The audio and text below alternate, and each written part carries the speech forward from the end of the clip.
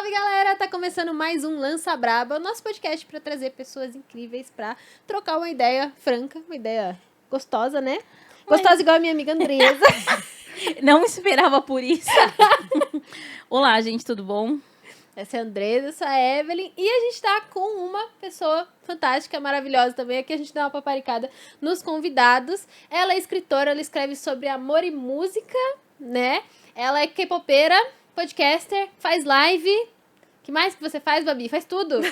Seja muito bem-vinda, Babi. Muito Babi obrigada. Dewitt, é assim que fala seu sobrenome? Dewitt, isso pode ser, tá ótimo. Muito obrigada pelo convite, gente. Fiquei muito feliz de estar aqui hoje com vocês, conversando, porque, gente, faz tempo que eu não sento pra conversar assim com alguém, então eu tô muito animada. Quando foi a última vez que você saiu pra Quando conversar? foi a última vez que a gente sentou pra conversar? Não, nem sei mais, assim, mas é bom. E ela é bom pra poder conversar sobre as coisas que a gente gosta, né? Então, como você falou, eu trabalho como escritora, mas eu também trabalho como sendo fã de K-pop. É tipo, ser fã de K-pop é um trabalho, faz parte, é um trabalho meio que, ser fã profissional é uma parada assim, sabe? Então, eu gosto muito de falar sobre isso. Então, muito obrigada pelo convite. Eu gostei muito disso, tá na sua bio, inclusive, né? Que você é uma fã profissional. Fã profissional, exatamente. Que você veio das fanfics e tudo mais, né? Exatamente. Eu comecei a minha carreira escrevendo fanfics há 20 anos atrás. Eu não sei fazer conta, mas eu tinha 15 anos. Se hoje eu tenho 34, não sei, mais ou menos. Faz muito tempo. Assim, de lá pra cá, eu não sabia que eu podia ser escritora no Brasil, porque no Brasil é difícil, né? Você ser artista, você investir numa carreira como de escritor que não tem um retorno. Eu não ia falar não tem um retorno imediato, mas eu tô há 11 anos trabalhando de forma profissional e não tem um retorno ponto. É muito difícil quando a gente trabalha com falta de apoio cultural, né? E quando a gente não tem apoio do próprio governo para o que a gente faz, para o trabalho artístico que é feito. Então, eu não sabia que ser escritor no Brasil era algo possível. Então, eu só escrevia para a internet, para os fãs que gostavam das mesmas coisas que eu. Então foi, tipo, um rolê, assim, de lá pra cá pra poder descobrir o que eu queria fazer, assim. Por isso que hoje eu acho que eu faço um monte de coisas. Porque eu fui meio que catando todas as coisas que eu gostava de fazer. E você começou há 20 anos? Assim, Quando se fala de escrever, de às forma vezes é não até profissional. antes, né? Assim, eu falo dessa época porque foi quando eu descobri as fanfics, assim. Eu morava numa cidade no interior de Goiás, chamada Alto Paraíso.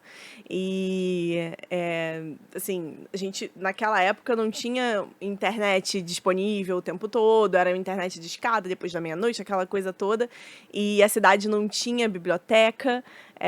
Não tinha, enfim, não tinha livraria, não tinha shopping, não tinha nada. Então, quando eu queria conversar sobre os livros que eu estava lendo, eu tive que buscar fora dali. E aí eu encontrei nos fóruns da internet, nos Mirks, umas paradas assim que, né, tem um pouco de idade aí. Você pegou a época de Tumblr e tal, ou Não, foi de antes? O Tumblr foi bem depois. Aí eu acho que eu já nem tava tão... Assim, eu fui da galera do MySpace, anos depois, um pouco da galera do Orkut, e, obviamente, todos os fotologs da vida e tal.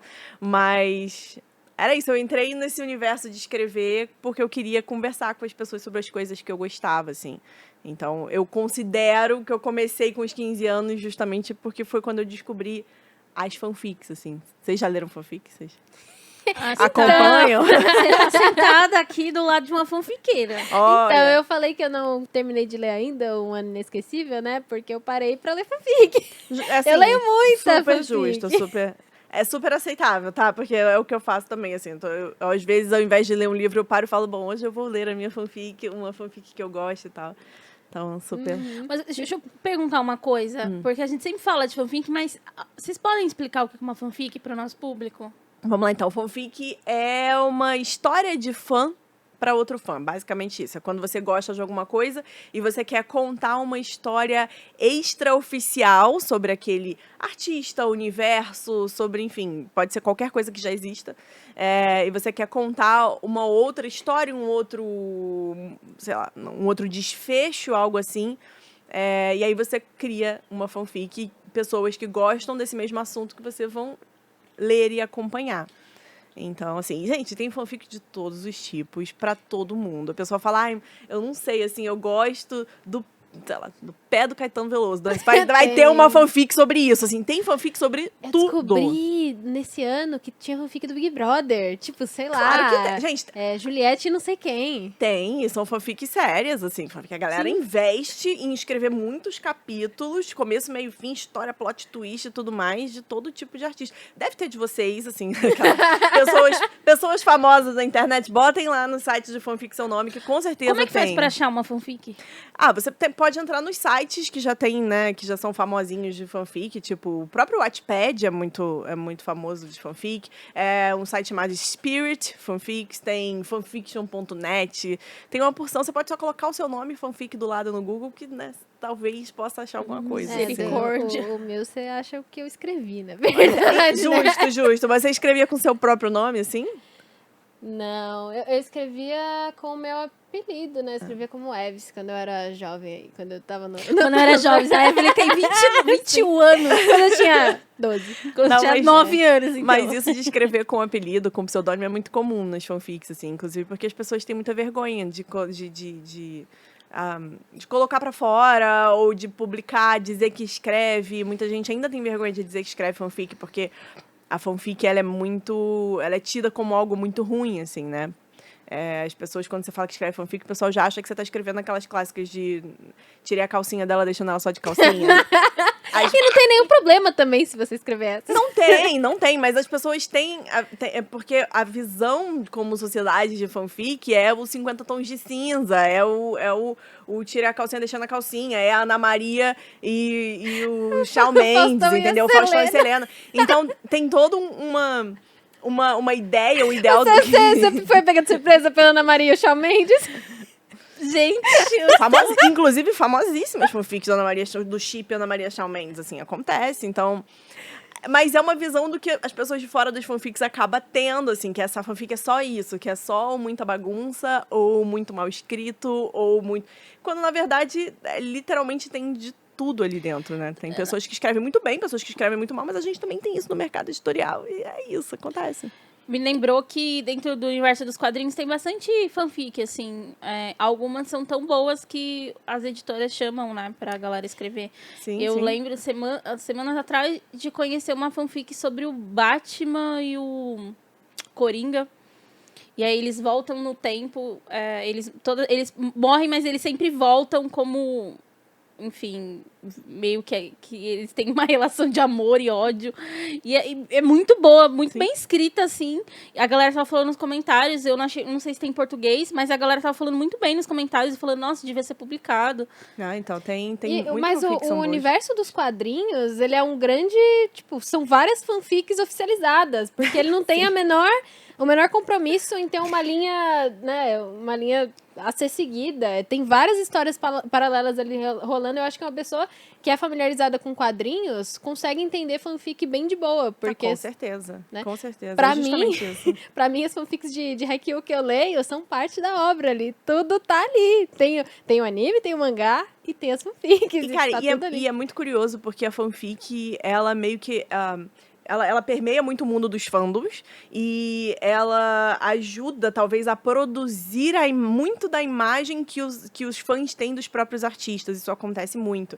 Então, a gente, às vezes, tem uma ideia de que a personalidade de um artista tal é dessa forma, porque isso estava dentro nas fanfics que a gente lia desde sempre, e aquilo lá meio que moldou como a gente acha que o artista deveria ser na vida real, assim. Então, várias fanfics vão replicar uma ideia que alguém lá atrás começou, sabe? Então, fanfic é parte de fandoms, então todo fandom vai ter o seu fic-dom, que é como se fosse o seu espaço dos autores e leitores de fanfic, mas como a Andresa falou, tem muito que hoje em dia estão sendo transformados em livros originais, assim. Eu mesma comecei um projeto com a editora Roku de levar alguns autores de fanfic para a editora, para publicação tradicional, assim, justamente para abrir espaço para essa galera, porque tem muita gente que escreve para a internet, que escreve fanfic e não sabe que é bom escritor e que não sabe que pode talvez fazer uma carreira nisso, sabe? Que pode virar algo profissional, assim.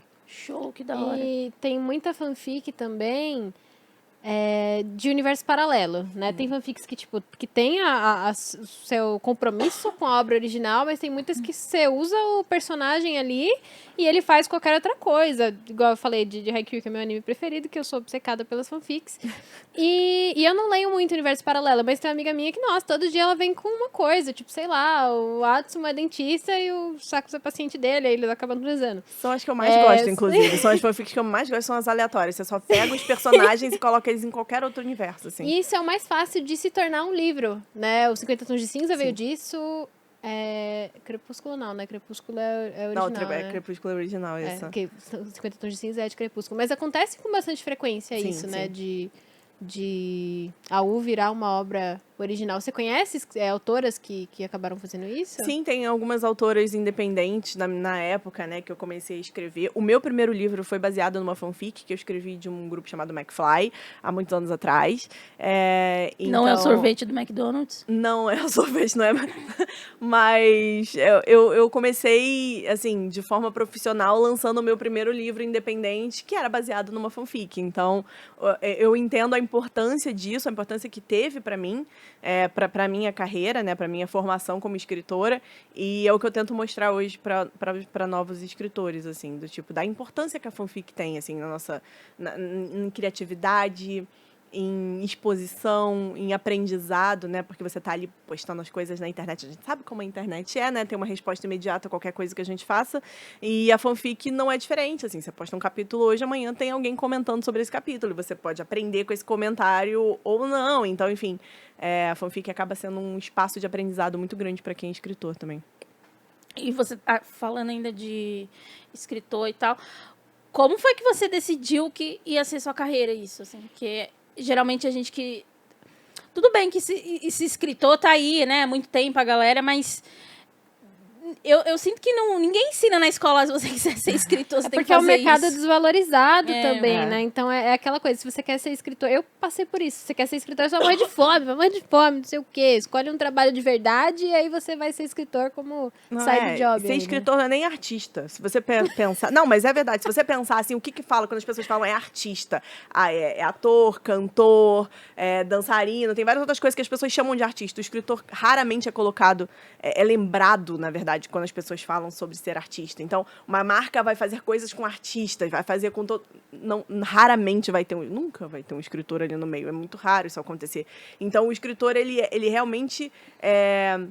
ele não é lembrado quando isso acontece. Então, é difícil as pessoas pararem e pensarem, putz, eu posso ser escritor no Brasil, assim.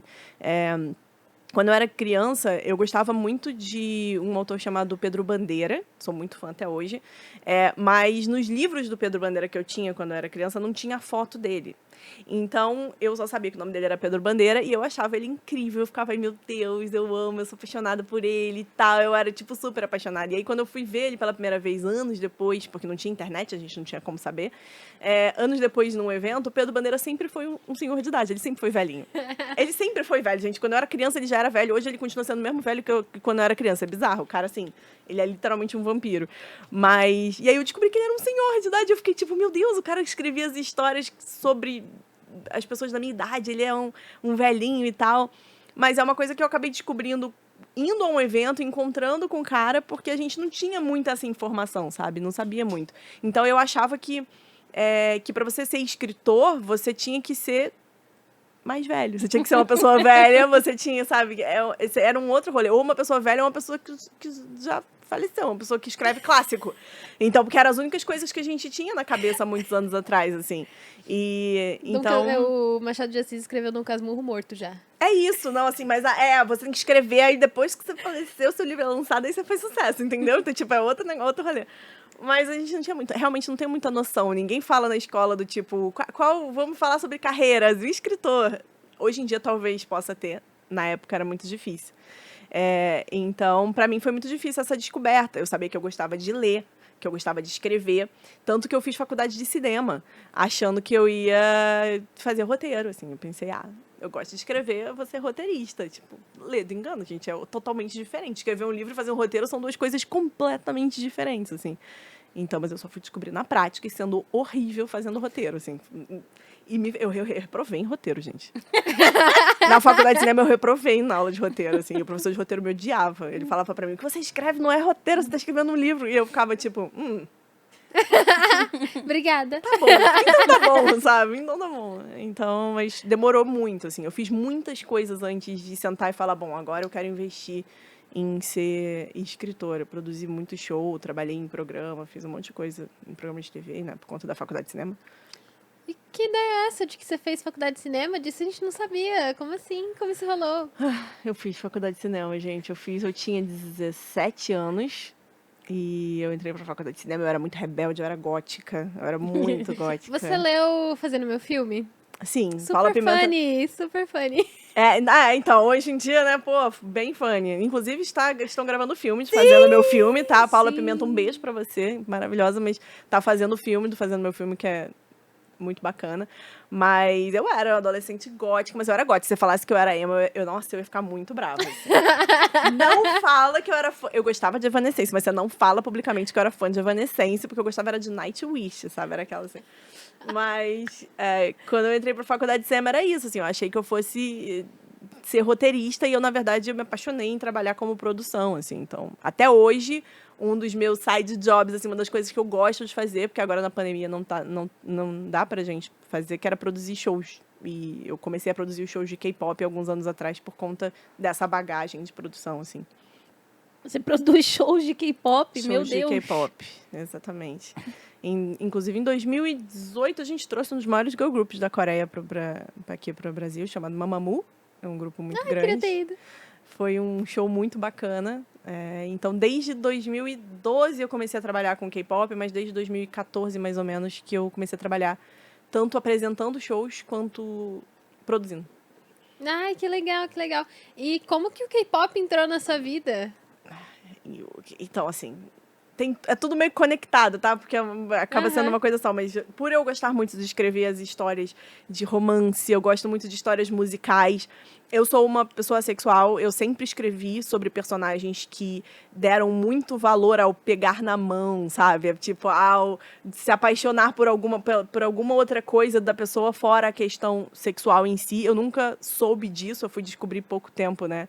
Faz pouco tempo que existia um nome para isso, né? O que existia um lugar que ou pessoas que se sentiam da mesma forma que eu me sentia, mas todos os meus personagens vinham desse romance que é um romance, como é que eu vou dizer, que não é que é uma história muito mais leve ou mais inocente ou algo assim, nem sempre, tá? Mas é a forma de falar, porque é difícil achar as palavras, mas e aí uma amiga me apresentou as novelas coreanas.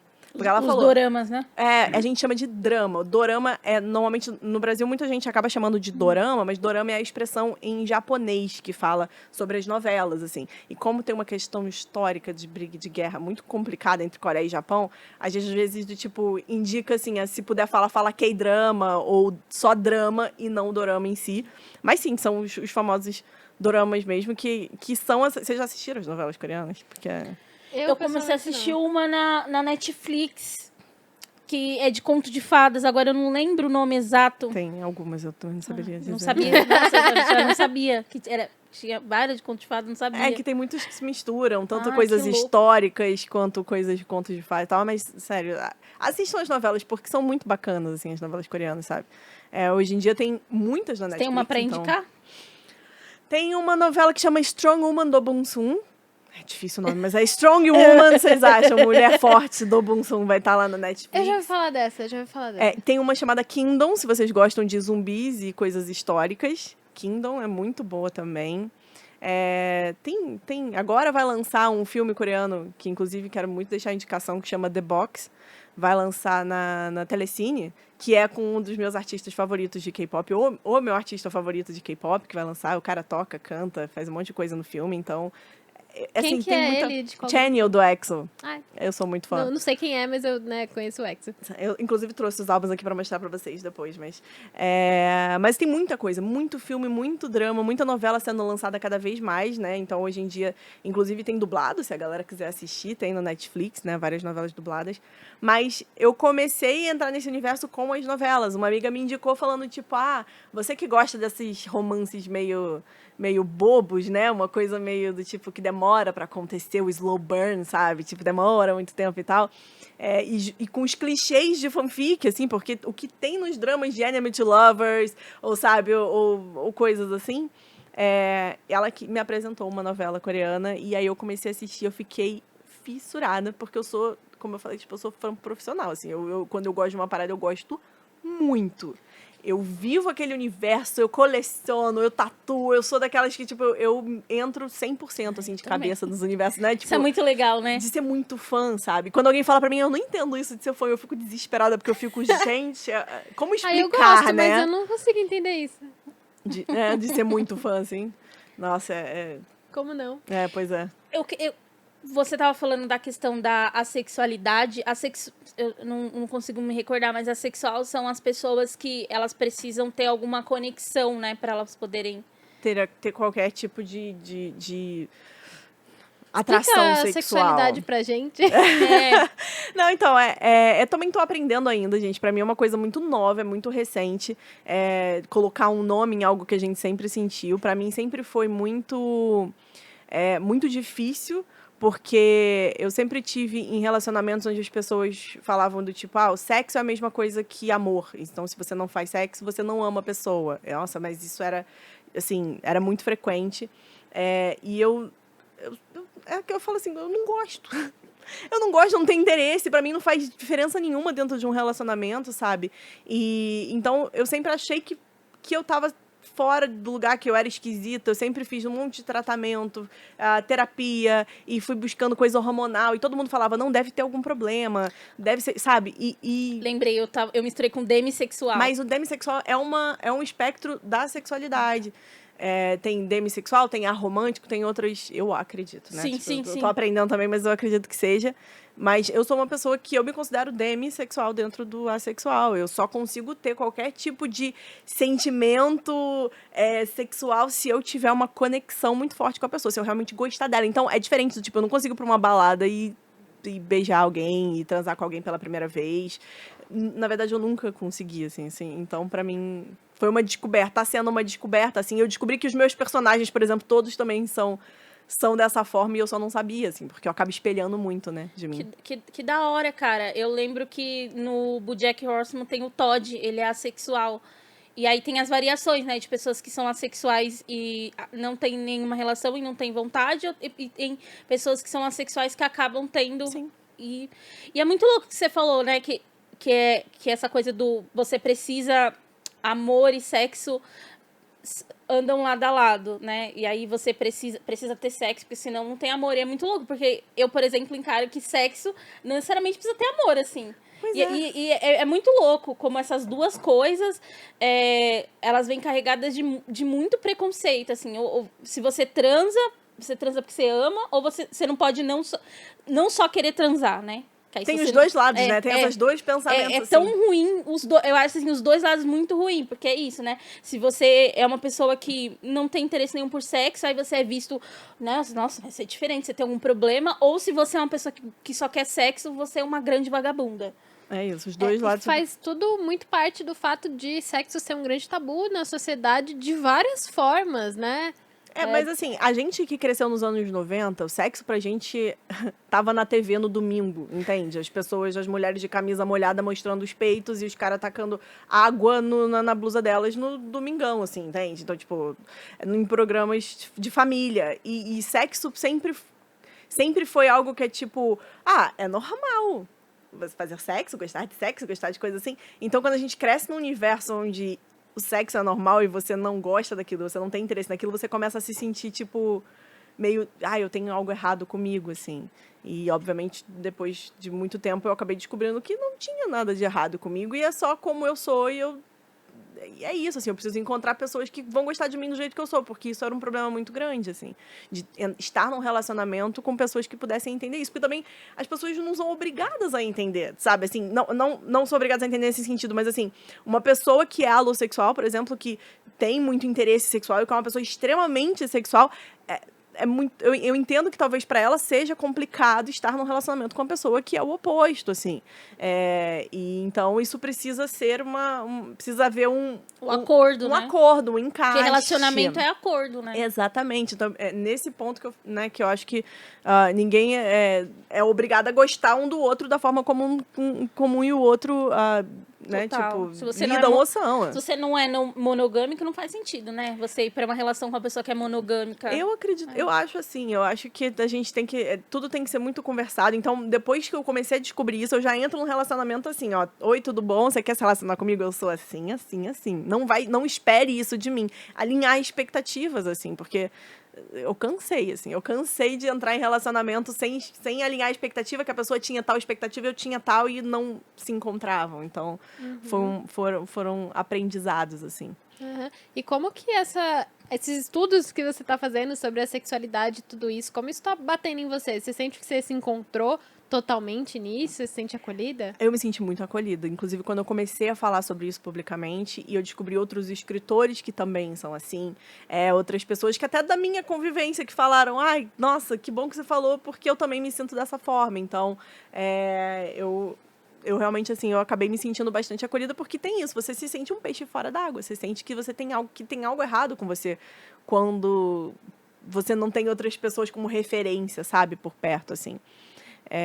E, gente, essa questão sexual é um problema muito grande, assim, inclusive quanto mulher, assim, porque as pessoas, quanto de garotas e quantas mulheres que acabam não fazendo sexo, às vezes, porque não querem, só porque elas acham que aquilo é normal dentro de um relacionamento, entende? Então, eu acho que é por isso que eu acabei dando muita importância para falar sobre isso, assim, e expor os meus sentimentos sobre isso, porque eu queria que talvez outras pessoas mais novas pudessem se sentir que tá tudo bem, assim, que não são tão... elas não são peixes fora d'água, que tá tudo bem, que tem água pra todo mundo, assim, sabe? Nossa, é muito, muito importante poder nomear o que você tem, assim. Sim, acho que pra você se encontrar, né? Pra você encontrar pessoas. Isso eu tava pensando, que é uma coisa muito bonita até do fandom mesmo. Que você... Quando você acha um grupo de pessoas que pensa como você, é muito acolhedor, você para de se sentir estranho. É isso, é exatamente isso. Tem muita gente que fala, mas eu não gosto de me botar em caixinha, mas você dar nomes, botar em caixinha, etc. Mas às vezes a gente precisa disso para se sentir pertencente a algum lugar. E eu, por ser essa fã que gosta muito das coisas e tal, isso tudo tem muito a ver, porque eu preciso me sentir pertencente a algum lugar, assim. E os fandoms exatamente são isso, assim, pra mim. Né? O fato de eu gostar de artistas e ter à minha volta pessoas que também gostam e que compartilham aquilo comigo, então você se sente acolhido, né? Então, eu acho que dar nomes para as coisas é muito importante, assim, a gente precisa falar sobre, né? E só pra fechar esse assunto de assexualidade, então, porque eu acho muito, muito interessante, né? Você só se relaciona com pessoas que também se identificam com a sexualidade? Então, como eu falei, pra mim é muito recente. Hoje eu estou num relacionamento, né? Eu namoro o Gabriel, olha, o Gabi, inclusive, faz lives também. A gente vive dentro de casa lá no universo de pessoas que fazem live, que trabalham com a internet. E ele é uma pessoa que desde o começo, a gente sentou e eu conversei, eu botei as expectativas, eu falei, olha, eu já descobri que eu sou assim. E eu não espero, sabe? Eu não espero menos do que isso dentro de um relacionamento. E ele foi super do tipo, tá tranquilo, também sou assim, também me sinto dessa forma, vambora. E estamos num relacionamento que, pra mim, foi o relacionamento mais saudável que eu já tive, já faz um pouco mais de um ano. Então, tem sido muito legal, assim, inclusive por poder falar sobre isso abertamente, assim, sem me sentir culpada. É inevitável que, às vezes, a gente acabe se sentindo culpado. Eu falei até disso recentemente. Será que por mais que o meu namorado seja ok com isso e a gente esteja alinhado nas expectativas, o fato de eu não me interessar muito por sexo e não falar muito sobre isso ou não querer muito e tal, significa que eu não amo ele? Será que ele vai pensar isso? Porque isso é uma coisa que aconteceu tantas vezes, de eu ter pessoas que se relacionaram comigo falando pra mim. Você não é o suficiente pra mim, ou então você não me satisfaz, ou então você não me ama porque você não quer fazer sexo comigo, isso fica na cabeça da gente, a gente se sente culpado. Mas eu tô no relacionamento onde eu posso conversar sobre isso. Isso é muito importante, assim, tem sido muito importante. Que da hora. Que bonito. Nossa, muito legal. É muito gostoso quando você consegue ver uma pessoa que se achou e tá de boa, e tá tranquila, né? E dá pra sentir A gente vai em tentando, você. né? Eu acho que esse é o negócio da vida. A gente cada dia vai se descobrindo mais e tentando entender o que a gente faz com a gente mesmo, né? Que às vezes não é muito fácil, então... E literatura é um assunto que custa muito, assim, né? Sim. No sentido... Até literal, né? Também que custa, né? E acho que vem carregada de preconceito, né? E aí a gente tava até conversando quando a gente tava fazendo a pauta sobre isso, assim, a gente já viu muitas falas de pessoas famosas na internet menosprezando um pouco essa coisa que é lido como uma literatura infanto-juvenil, ou que é uma literatura infanto-juvenil, e o quanto as pessoas odeiam, por exemplo, coisas que são mais direcionadas para mulheres adolescentes, né, para as adolescentes, tipo Crepúsculo. Sim. Eu lembro de ter escrito um texto falando sobre... Nossa, eu ia falar o Edward e a Bella. Sobre a Kristen e o Robert. Eu fui muito fã. E aí, de falar um pouquinho, ó, Você é cara... fã de Crepúsculo? Eu muito marquei de brigar com os fãs de Harry Potter. Na porta da Amiga, escola. a gente poderia ter saído no murro. Que amigo! Marquei de brigar. E não, porque a menina é melhor. Nossa, péssima. E assim...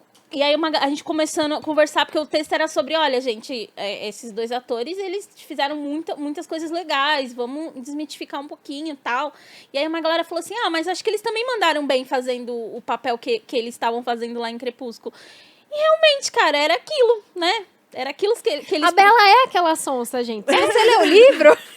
E aí, a gente ficou conversando e falou assim, mano, às vezes a sociedade odeia muitas coisas que são feitas pra garotas. Mas total, não é nem às vezes, é tudo, exatamente. Porque você pode ser fã, você vai ver a fila de show, as fãs gritando, e fã sendo fã, e colando pôster, e gastando dinheiro com coisa de fã. Nossa, é doida, histérica, infantil, né? Aí Mas... os tiozão lá na fila do Iron Maiden. Não, nem só isso, os fãs de futebol. Os caras podem gastar dinheiro, os caras podem ter camiseta, o cara pode ficar na fila, o cara pode berrar, pode ser isso e aquilo.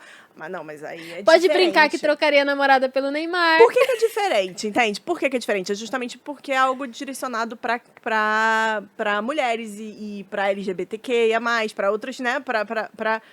Pra um universo que normalmente os caras, os homens adultos, cis e tal, eles vão separar como algo infantil ou como algo que é menor, né? Que não é tão importante ou que não é tão bom quanto. Eu escrevo literatura jovem adulta. Tem a diferença de juvenil para o jovem adulto e para o new adult, né? Então, são por faixa etária de personagens e das histórias. E diversas vezes, em diversos eventos, eu já tive que encarar discussões, tipo, da galera falando, mas por que você escolheu escrever uma literatura burra, sabe? Por que você escolheu escrever para adolescente? Adolescente não pensa, sabe? Umas coisas assim, uns comentários assim, e sendo muito sincera, é muito total oposto. Quando você escreve para adolescente, quando você escreve para jovem, você está literalmente escrevendo para pessoas que ainda estão com a cabeça sendo formada, com as ideias e personalidades ainda em formação. É muita responsabilidade. É muita responsabilidade. É muito mais... A responsabilidade que é colocada em cima de quem escreve infanto-juvenil é muito maior do que quem escreve para quem já é adulto e já sabe o que é da vida, já sabe quem é, já sabe... Sabe, se você parar para pensar, quando a gente se dispõe a escrever para jovem, a gente tá disposto, a gente precisa estar disposto a falar sobre as vivências deles, a falar sobre as dificuldades, sobre a fazer esse jovem se sentir talvez amado, querido, ou dele encontrar um espaço ali naquele livro, ou dele aprender coisas importantes naquele livro. Então, a gente precisa ter o dobro de responsabilidade com tudo que a gente faz. Então, se eu vou escrever um livro, eu preciso ter uma preocupação de passar por um leitor sensível, talvez, nas histórias, se eu tô falando de personagens que não têm as minhas vivências, porque eu preciso que o leitor se identifique com aquela história, que ele se sinta E não se parte. sinta ofendido. E não se sinta ofendido. Ou que ele não sinta do tipo que, nossa, mas tá muito forçado, não sou eu, a pessoa tá tentando fazer parecer comigo e não sou eu. Então, a gente precisa ter muita preocupação com isso, assim. Então, escrever para jovem, escrever para adolescente é muito difícil, assim, não é fácil. Não é fácil quanto, né, como parece ser, ou como as pessoas fazem parecer, como a sociedade faz parecer, sabe? O adolescente, ele é exigente. Sim. E ele quer se ver naquelas histórias, ele quer se ver bem representado, e ele vai exigir ser bem representado naquilo. Então, a gente precisa se preocupar. Qualquer coisa que eu escrevo, gente, é com muita preocupação, assim. Passa por não só edição dentro da editora, revisão, edição e tudo mais, mas passa por leituras sensíveis, por pessoas que entendem daquele assunto. Por exemplo, dando um exemplo, eu escrevi Alegro em Hip Hop, por exemplo, e foi a primeira vez que eu quis escrever uma personagem principal, uma protagonista, que não tinha as minhas vivências, que era uma protagonista que não era uma mina branca padrão. Eu escrevi uma protagonista que ela é de família japonesa, e por conta disso, eu tive um acompanhamento, enquanto eu escrevia do começo ao fim do meu livro, de uma pessoa que tinha essas vivências, de uma amiga, inclusive a Carol. Ela acompanhou comigo tudo, ela fez a revisão, ela fez uma leitura depois para poder consertar expressões, ou consertar até como a personagem se enxerga, porque é diferente como eu me enxergo, né? Eu sou uma mulher branca padrão, então para mim é muito mais assim, é muito diferente, né, os privilégios que eu tenho de outras pessoas, e eu preciso entender isso se eu vou falar de um personagem que é diferente, né, de mim, assim, nesse ponto. Então, e eu falava, fora isso também, nesse livro, tinha o tema de hip hop. E eu falei, bom, eu poderia falar o básico por cima, sobre o que eu entendo, sobre o que eu gosto, etc. Mas se eu tô falando o hip hop é uma cultura, e é uma cultura completamente diferente do que eu vivi, do que eu cresci, dos privilégios que eu tive, enfim, é completamente diferente. Então, eu tive uma leitura sensível de um amigo que é um escritor negro, que ele fez, ele fez inclusive, a revisão do livro, e ele entende muito sobre, ele é tipo super estudioso sobre, então ele fez a revisão para poder garantir que o que eu estava falando no livro não era só a verdade, mas era respeitoso, era dentro de um lugar onde os leitores iam se encontrar, ou iam acreditar naquilo que eu estava falando, ou iam se sentir parte da história. Então, assim, um livro desse tem muita coisa envolvida, e precisa ter muita coisa envolvida. É uma coisa que a gente tem falado cada vez mais, assim, para os escritores, do tipo, é importante a gente pensar em para quem a gente está escrevendo, sabe? A gente não escreve pra gente. Eu acho, pelo menos. A partir do momento que a gente escreve, que a gente quer publicar, a gente está escrevendo para as outras pessoas. Então, o livro vai fazer parte da vida dessas pessoas. Então, precisa existir uma preocupação, né? E tem muita história, pô, que a gente vê de homem que escreve mulher e você consegue ver que aquela personagem feminina foi escrita por um cara, porque ela é estereotipada e não sei o quê. Tem um parágrafo que eu li em algum lugar que era ela se descrevendo, não, ela acordou, aí ela olhou no espelho, ela tinha seios voluptuosos, ela olhou pros seios dela e não sei o quê. E, tipo, não, né? Você ia falar, amiga? Não, eu ia falar exatamente disso, assim, só ia trazer uma questão assim mais ampla. Eu acho que cada vez mais as pessoas elas têm sido exigentes na questão da representação. Isso é muito importante, porque também tem uma questão da representatividade, né? E não é só colocar, por exemplo, um personagem negro, porque o que a gente mais sente, assim, sim, é que às vezes as obras, elas correm e aí quando a gente fala obra, livro, quadrinho, filme, elas correm para colocar um personagem não branco, só que eles vêm carregados, só que aí ele acota, então ele vem carregado de estereótipo. O que a gente sempre faz essas piadas, né? E aí, o que negro gosta? Então, vai falar muita gíria. Vai jogar basquete? Vai jogar basquete, aí coloca 50 mil estereótipos e fica aquela coisa, assim, horrível, um Frankenstein, sabe? Sim. E é muito... A representatividade sem representação, né? Isso, assim. Exatamente, assim. E cada vez mais o público fica exigente. E assim, tá correto. Tá correto. E as obras que, sei lá, a última vez que eu vi um negócio que eu falei assim, nossa, cara, eu acho que é isso. Acho que foi o Lovecraft Country, assim, que muitos personagens negros e cada personagem vem carregado de questões específicas, né? Olha, o Tiki, ele gosta muito de Pulp Fiction, né? Aí a outra personagem, ela, tipo, ela é mais rebelde, ela quer romper com a igreja. Cada um com a sua... Porque assim na vida real, né? Cada pessoa tem suas particularidades. E eu sinto que é isso, assim, é um caminho sem volta. Cada vez mais as pessoas vão ser exigentes. É muito legal ouvir da sua parte, assim, que seu livro ele tem um processo, ele é carregado, porque, meu, essa galera que escreve.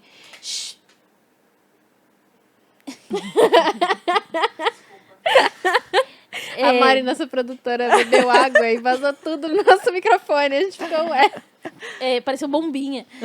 E cada vez mais é um caminho assim sem volta. E esses caras que vão escrever essas coisas, os seios. Como é essa palavra? Nossa, nem sei nem. Vai ficar pra trás, cara. E depois vai ficar dizendo que tá sendo cancelado na internet. Então, e é isso que vocês falaram, porque não é só as pessoas que estão ficando exigentes, mas os adolescentes têm os adolescentes não são pessoas? Não. As pessoas subestimam muito os adolescentes. Gente, eu tenho irmão de 17 anos. Te amam, aquela Eu tenho um irmão de 17 anos, eu consigo atestar que adolescente não é gente. E eu mesma fui uma adolescente insuportável. Então, não. Ai, quem não foi? Sim. E rola essa exigência, né? E quando você tava falando, eu pensei, cara, eu pensava que você era mais nova. Eu queria ter conhecido você quando eu era adolescente, cara. Tipo, eu podia ter lido os seus livros. É o mesmo nicho, a mesma coisa que eu lia. E eu tenho duas grandes referências, assim, de role model na vida, que são a Bruna Vieira e a Paula Pimenta, porque eu lia muito elas. O que é role model? Modelo eu sou ignorante, né, gente? Tipo, modelo de vida, assim, de você se espelhar em alguém. Você se espelhar em alguém, legal. sabe? Na vida toda, não só carreira e tal. E eu li Fazendo Meu Filme. Fazendo Meu Filme é uma série muito... Eu achei que você tava fazendo um filme. De literatura infantil juvenil, da Paula Que é o da Pimenta. Paula, que vocês estavam comentando. Sim. E é uma quadrilogia, são 4 livros. Gente, se tiver adolescente vendo, provavelmente já leu Fazer Meu Filme, se não leu, leia. E aquilo bateu muito em mim de eu ver a Fanny conquistando as coisas dela. E tem a coisa da história de amor dela com o Léo, não sei o quê. Mas ela conquistando as coisas dela me deu uma garra muito grande. Tipo, eu quero conquistar também. Eu quero ser essa mina responsa que a Fanny Você se sente representado dentro dos livros. Eu acho que o livro é isso. E eu acho que é por isso que cada vez é mais importante a gente que já está no mercado, por exemplo, não é nem dar espaço. Eu lembro que eu aprendi com uma amiga que não é assim, que a gente não deveria se expressar dessa forma. Não é dar espaço nem abrir espaço, mas poder ajudar a colocar talvez outros autores que não sejam autores brancos, por exemplo, para falarem as próprias histórias, né, e contarem as próprias histórias para que os leitores possam se identificar com esses autores, né, e com as histórias dessas pessoas. Então, eu vejo um movimento no mercado editorial que ainda é pequeno, mas que tem sido cada vez mais frequente, tanto de editoras quanto de leitores ou de outros escritores também, de abraçarem autores não brancos, né? Autores indígenas, autores negros, autores amarelos, né? E tentar trazer para o mercado editorial essas histórias, porque não vai ser só eu, que é uma mulher branca, falando sobre outras vivências e sobre as minhas próprias vivências, porque eu cresci lendo Maggie Cabot, eu cresci lendo um monte de histórias que eram sobre mim, que eram sobre meninas brancas, que faziam coisas de meninas brancas e que... Então, assim, eu sempre tive representatividade dentro das histórias, entende? Então, a gente tem enxergado cada vez mais a necessidade de que outras pessoas possam contar as suas histórias também. E é uma das coisas que eu vi de mais importante em trazer autores de fanfic, por exemplo, também para dentro dos livros, né, do mercado editorial tradicional, assim.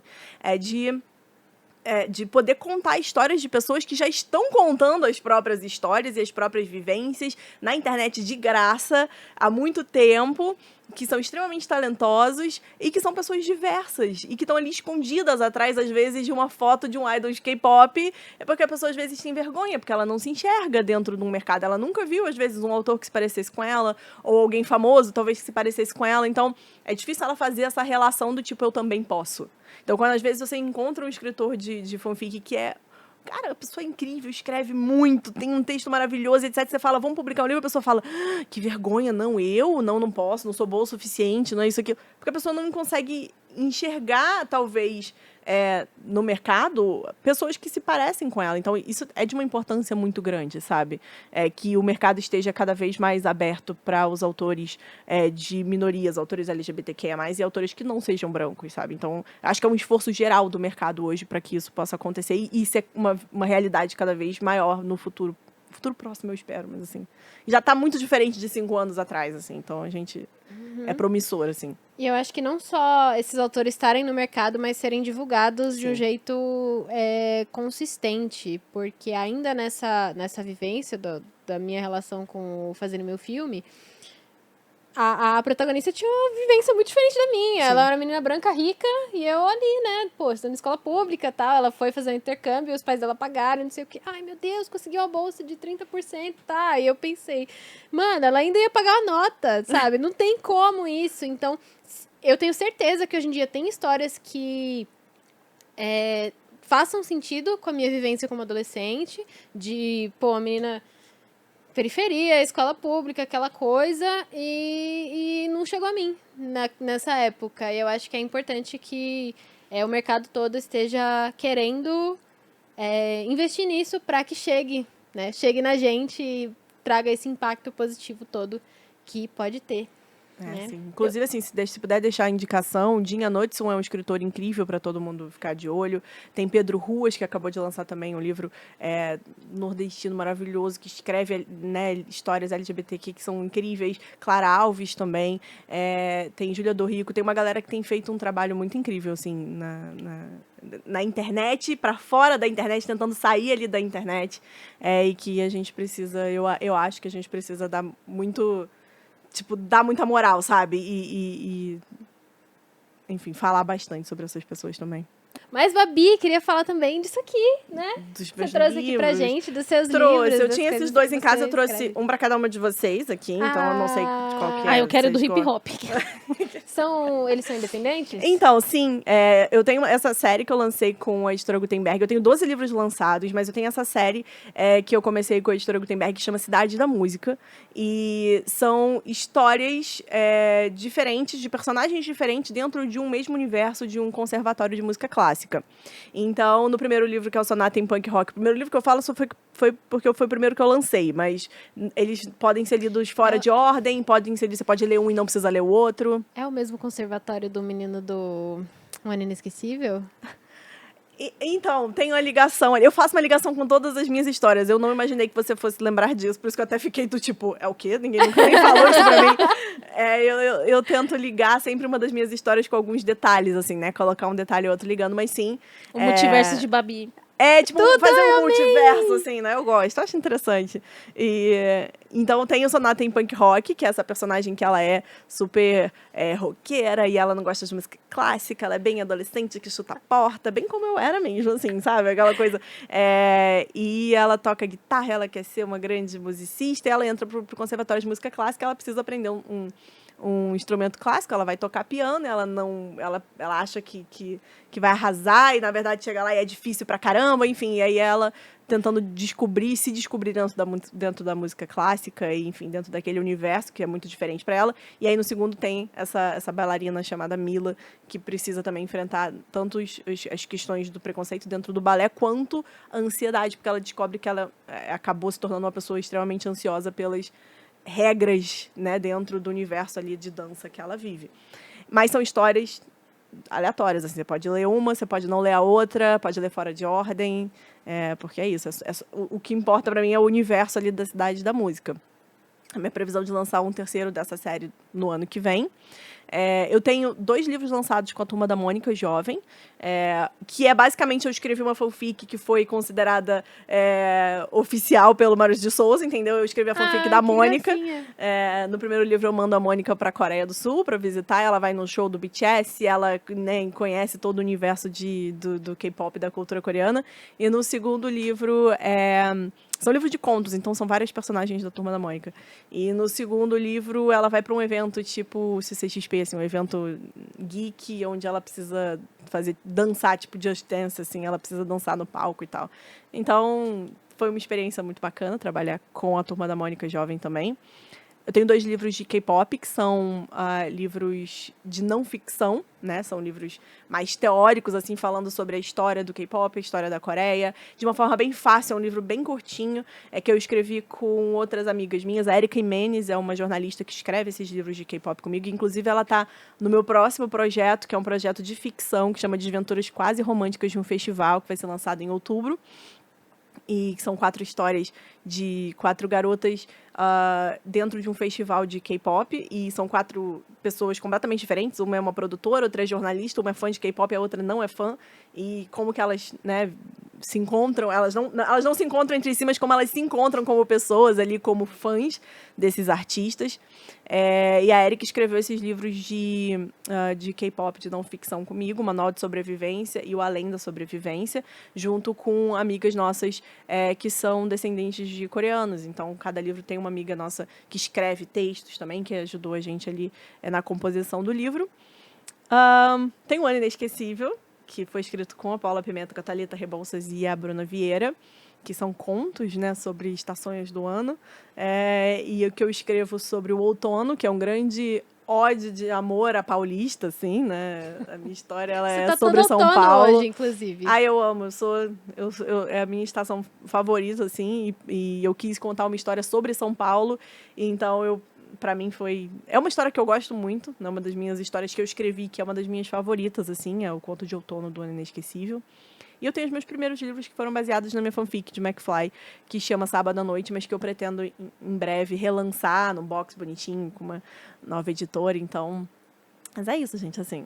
Que da hora. Eu devo ter esquecido algum livro, provavelmente, mas são as minhas histórias e estão à venda em todas as livrarias, tá? Se vocês quiserem conhecer aí, né, na Amazon e em todas as outras livrarias. Que da hora. Meu, e você sente... Quando foi o seu primeiro livro publicado? 2010, eu acho. Foi independente, meu primeiro livro. E você sente esse impacto nas meninas que te acompanham? Você consegue, tipo... Eu só penso em Bienal do Livro, assim, do pessoal chegando em você e conversando com você essas coisas. É muito gostoso. Gente, eu tô sofrendo tanto de não poder ter Bienal, de não poder ter evento onde eu possa abraçar as pessoas, onde a gente pode se beijar e ficar abraçado horas. Bienal do Livro, pra mim, era e pra qualquer escritor, eu acho, é o ápice do ano, assim, sabe? Você espera o ano inteiro pra poder passar a semana inteira na Bienal, esfolar seu pé, sair de lá, sabe, resfriado e com um sapinho de tanto tempo, ficar beijado a cara de outras pessoas, sei lá. Mas, assim, porque é isso, assim, era essa conexão que a gente tem. Ser escritor é você escrever sozinho, é você estar muito tempo sozinho, você e seu computador e etc. E na internet, você, apesar de ter muitas pessoas ali que você troca, né, nas redes sociais, você não... É diferente de você olhar para a cara de alguém e essa pessoa tá com o seu livro na mão e a pessoa, às vezes, chorar ou se emocionar porque tá te vendo, ou a pessoa te abraçar, ou ela tá com uma camiseta que ela fez do seu livro. É diferente. E a Bienal, então, era sempre foi esse momento especial, assim, do ano que a gente esperava. Então, espero que, em breve, em algum momento próximo, a gente possa voltar a ter, assim, mas é muito gostoso. Cara, eu queria... Nossa, 7 derby, fumei 7 derby. Desculpa, gente. Bem tia fumante hoje. Bem tia fumante. Eu queria saber se... Enfim, você falou que tá com 34 anos, né? Isso. A gente até falou assim, nossa, ela tá com 34 anos, mas não foi naquele lugar idiota, né? Que as pessoas ficam, tipo, uma pessoa de 30 anos acabou a vida dela, né? Foi mais nesse... Nossa, 29 anos e tá conservada a Selena, né? Nossa, que ódio. Ai, que ódio. Que ódio, nossa. Qualquer ideia que a internet tem de uma pessoa de 30 anos. É muito absurdo. Mas eu acho que isso eu acho que isso é da sociedade no geral. Inclusive, pra gente, que já tem um pouco mais de 30 anos, a gente cresceu ouvindo que com os 30 anos você já tinha que ter sua vida... Assim, já tinha que ter sua vida resolvida, você tinha que estar casado, você tinha que estar com filho, você tinha que ter um carro, uma casa, você já tinha que ter a sua vida, né? Você tinha que ser um adulto com 30 anos. E aí hoje, cada vez mais, a gente está descobrindo que, cara, não é assim o mundo, entende? Com 30 anos, às vezes, você tá indo na casa dos seus pais, você não tem ainda nada, você não tem emprego, às vezes, com 30 anos, e você ainda tá tentando uma faculdade, ou tá fazendo uma faculdade, ou tá recomeçando a tua vida, e que tá tudo bem, assim, mas é difícil pra gente que cresceu, inclusive nos anos 90, e com os pais falando do tipo, com 25 eu já tinha um carro. Lógico, você fudeu a economia. Eu tô aqui. Falar, exatamente, assim, deixando todas essas coisas de lado. Mas às vezes eu me sinto isso, às vezes eu me sinto velha demais pras coisas. Eu falo, eu tenho 34 anos, minha vida já está acabando, eu não realizei as coisas que eu gostaria. E às vezes eu só paro e penso, tipo, caraca, eu ainda tenho 34 anos. A minha mãe recomeçou a vida dela inteira aos 50 e poucos, sabe? Então, tipo, tá tudo bem, assim, não tem... Inclusive, sobre a questão do K-pop, assim, gente, o que eu mais escuto é do tipo, você não tá velha demais pra gostar dessas coisas? E assim, o quanto é velha demais? Quem coloca esse limite de velho demais, sabe? Tipo, então... Não sou velha demais, não somos velhos demais, vocês que têm mais de 30 anos igual de K-pop, entendeu? Nós somos as tias do K-pop mesmo e tá tudo bem. A gente recebeu Duda Del Russo e ela gosta muito, né? Uma drag queen, ela gosta Eu amo a muito de K-pop. E ela falou isso, eu sou a tia do K-pop mesmo. Isso, a tia do K-pop tá tudo bem. Eu acho que uma das coisas que hoje em dia tem conectado bastante famílias, assim, inclusive, é de sentar pra assistir um drama coreano, ou os pais verem o que os filhos estão interessados em alguma coisa e se interessar com aquilo também, pra você poder compartilhar com os filhos aquilo que você... aquilo que eles gostam, sabe? Se inteirar nesse Porque universo. tudo é pra todo mundo, né?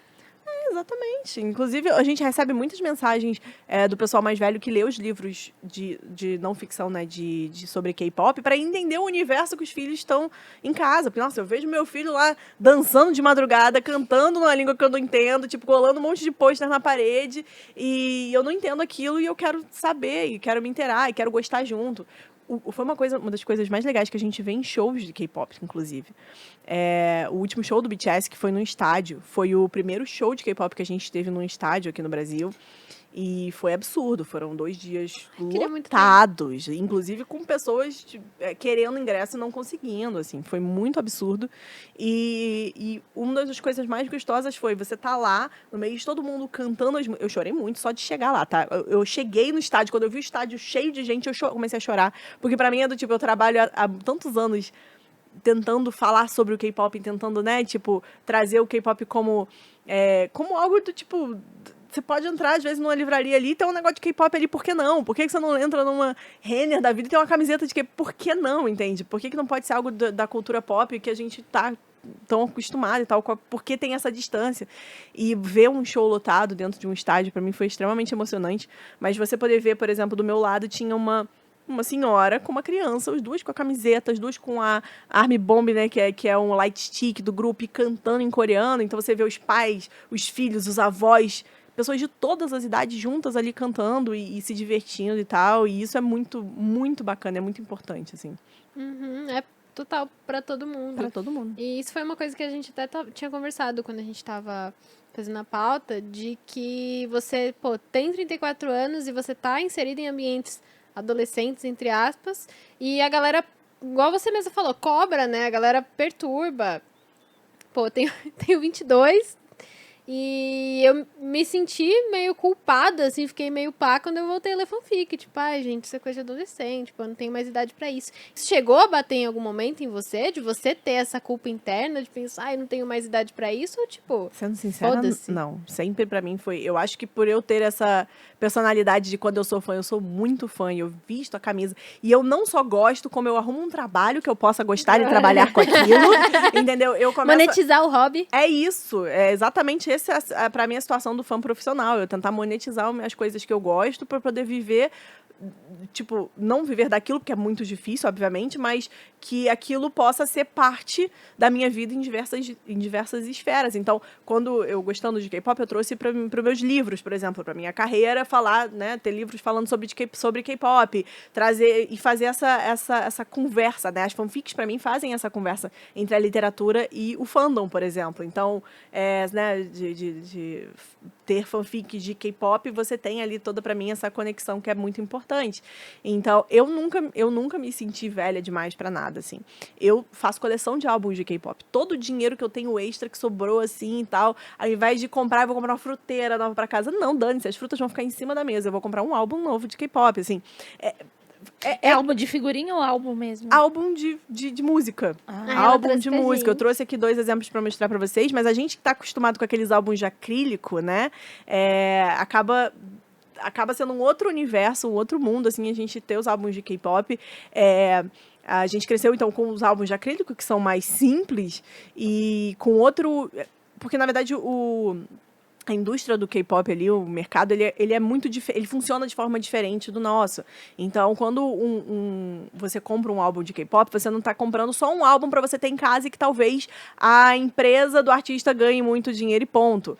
Você está comprando algo que é muito bonito, uma experiência, obviamente, mas lá na Coreia o seu artista, ele sobe nos rankings, tem ranking semanal de programa musical, onde quando você compra um álbum, ele está mais perto de ganhar a premiação semanal lá, que é muito importante para eles. Quando você compra um álbum, você pode concorrer aos fan meetings. Isso é mais para os coreanos, tá? Não é mais pra gente aqui, é muito difícil. Mas você concorre aos fan meetings para você encontrar o seu artista, porque aqui no Brasil você pode pagar para poder se encontrar ou ter um autógrafo, né, e etc. Lá na Coreia você precisa comprar álbuns e ser sorteado. Então as pessoas compram 300 álbuns, 100 álbuns, e você ganha sorteios para participar. Então o álbum tem um outro significado, né, todo. Então, você tem a coleção, porque cada álbum vem com um card diferente. Então, você tem que colecionar esses álbuns. Você compra vários para ter cards diferentes dos artistas que você gosta. Então, tem todo um outro significado. Eu compro porque é bonito. Eu tô vendo aqui, parece eu gosto. um mangá. Gente, Esse aqui eu trouxe pra mostrar pra vocês. Você vai ficar com o de hip hop? Então já... Depois eu assino, se vocês aqui. quiserem. Eu tô Eu grávida. quero. Sim, obrigada, Papi. Queria mostrar, eu trouxe do grupo EXO, que é o meu grupo favorito de K-pop, né? Ouçam, gente, que é maravilhoso. Sim, tem valor pro Já EXO, passa as por favor. indicações pra quem não ouviu. Tem vários. Tem vários. Meu Deus do céu. Se me pedir pra fazer lista de grupos de K-pop que eu gosto, eu sou uma pessoa multifandom. EXO pra você. Hoje em dia tem uma música solo do Kyungsoo, do Dio, que é um dos membros do EXO, porque eles não têm só as músicas em grupo, eles têm as músicas solos também, as carreiras solos dos artistas, e também os mini-grupos dentro, né? Os units, assim, os mini-grupos dentro do grupo geral. Eu indico muito uma música chamada Rose, que é do Dio, que é um desses artistas solos. Eu sou muito fã... Gente, eu sou muito fã de muitas das músicas, é muito difícil. Mas escutem o álbum Obsession, por exemplo, que é um dos últimos álbuns deles que foram lançados. Eles lançaram Don't Fight the Feeling, que é o último álbum como o EXO antes deles irem pro exército, né? De algum dos meninos irem pro exército, porque tem isso ainda na Coreia. Os artistas, os homens precisam ir ao exército e passar um tempo, um ano e pouco, eu acho, 2 anos no exército. Mesmo sendo artista de K-pop, você fica um tempo fora do seu grupo, né, para poder fazer isso. Então, enfim, tem muita... Eu sou muito fã de EXO, é muito difícil para mim escolher uma ou outra só. Esse álbum The War, para mim, é um dos meus favoritos. Então, eu trouxe para vocês. Já mostra pra gente. Para vocês verem que, assim, ele é uma caixa com diversas coisas. Nossa! Pra quem é fã, isso é muito incrível. E aí vem com um cardzinho. Esse card daqui, ele é... Todo álbum, você pode comprar 3 ou 4 desse daqui que vem com um card diferente. Pode vir que seja o mesmo, mas vem com um card diferente pra você colecionar, assim, de alguns dos membros, né? Que legal, muito legal. E aí é tipo um trunfo, não? Super trunfo. Só que... E aí aqui vem até uma página de quadrinhos. Que se você comprasse várias versões, você podia montar o quadrinho. Lindo, lindo. É muito legal, né? É uma experiência. É uma experiência. Cara, muito legal. E esse é outro álbum também? Esse aqui é do EXO SC, que é uma dessas units, né? Um mini grupo dentro do grupo. Que é com o meu artista favorito, que é o Chanyeol, que eu falei que, inclusive, tá lançando o filme agora. E é uma dupla. Aí vem pôster, né? Enfim, vem com pôster o álbum, vem com card adesivo, com um monte de coisa. Assim, é muita tralha de fã. Nossa, mas assim, incrível. E é diferente, às vezes eles vêm empacotados diferente, vem com caixa, vem em saquinho, vem de várias formas. Eu tô apaixonada. É muito legal. Eu tô apaixonada. Amiga, e compra onde? É mais difícil, né? Mas cada vez mais aqui no Brasil tem tido mais facilidade, talvez, para comprar os álbuns. Não são baratos, né? Os álbuns de K-pop você não vai conseguir... Raramente você vai conseguir comprar por menos de R$100, por exemplo, porque ele precisa ser importado da Coreia, ele não é produzido aqui. Por mais que, por exemplo, os artistas tenham representação de empresas brasileiras, a Universal Music, por exemplo, eles representam Blackpink e o Super M, entre outros artistas. É difícil produzir o álbum no Brasil, porque é muito caro. Então, a importação acaba ficando... Vocês conversam, eu tô aqui igual a criança, né? Acaba que a importação é um pouco cara, mas, por exemplo, na Shopee você consegue comprar com preços muito ok. Não só os lacrados, né, que vêm da Coreia, mas até de outros fãs, porque isso também é bacana. O álbum pode ser algo que gira, entendeu? Tipo, você tem uma coleção, aí você vai se desfazer da coleção, vende pra outro fã que às vezes não quer pagar 150 no álbum e paga 80 porque é o álbum usado, mas você acaba pagando mais barato pra ter também na sua coleção. Então, comprar de outros fãs é bacana. E tem os group orders, que assim, tem várias lojinhas de Twitter e de outras redes sociais que os fãs se juntam para poder comprar em grandes números. Então, existem essas lojinhas que você se inscreve lá para poder comprar esses álbuns todos. Eu comprei em group order, que você se cadastra lá, você paga junto com outras 100, 200 pessoas e compra todos de uma vez, porque você acaba pagando mais barato, tanto na importação quanto nos impostos e etc. Então, Obrigada, Incrível. amiga Luz. a gente incrível. dá-se o jeito. E quanto que custa? Depende. Por exemplo, se você for no site da Universal Music para comprar um álbum do Blackpink oficial por eles, vai custar 400 e poucos reais. Nossa. Mas se você for nas lojas lá da Liberdade, por exemplo, que vendem também os álbuns originais, também vai estar por volta de 400 e poucos reais. Eu achei que você ia falar mais barato. Não, então, não, porque... Eu amo Se você comprar na Shop, também vai estar aí 400 reais. Se você comprar na Shopee, não. Você talvez consiga 100 e poucos reais, 200 reais por um álbum, porque eles vão vir direto da Coreia e pode ser que seja taxado quando chega aqui no Brasil? Pode, aí você vai ter que pagar a taxa. Mas quando uma Universal Music ou uma loja que já está vendendo aqui, ela coloca para vender, ela já está colocando o preço de taxa, entre outras coisas, juntos. Então, infelizmente, o preço sai um pouco mais caro. Um pouco não, bastante mais caro. Então, é isso, assim. Para fazer uma coleção é difícil, não é fácil. Inclusive, quando você tem um grupo que tem várias pessoas que, às vezes, sai uma versão de cada do álbum. Então, é muito difícil completar coleções. Mas é divertido, assim, é uma coisa que tem me trazido muita felicidade em momentos muito difíceis, assim, eu falo, eu tô muito triste, vou comprar um álbum de K-pop pra eu ficar feliz. Aí quando chega, eu fico feliz que eu comprei o álbum e tal. Então, pra mim, acaba sendo um escape muito, muito saudável. Pra mim, acaba sendo muito saudável, sabe? Poder trabalhar pra comprar os meus álbuns de K-pop e ficar feliz com isso, assim. Uhum. E você sente que... Você falou assim que a experiência, por exemplo, de ter entrado no estádio, aí você falou, putz, trabalhei bastante para ver esse reconhecimento. Você acha que além do Brasil ter avançado nessa questão do reconhecimento, quebrou um pouco o preconceito? É complicado, né? As pessoas vivem dentro de bolhas, então para elas ainda é muito complicado. Eu falo que dentro da bolha dos jovens ali, a bolha da internet, talvez sim, as pessoas estão enxergando cada vez com menos...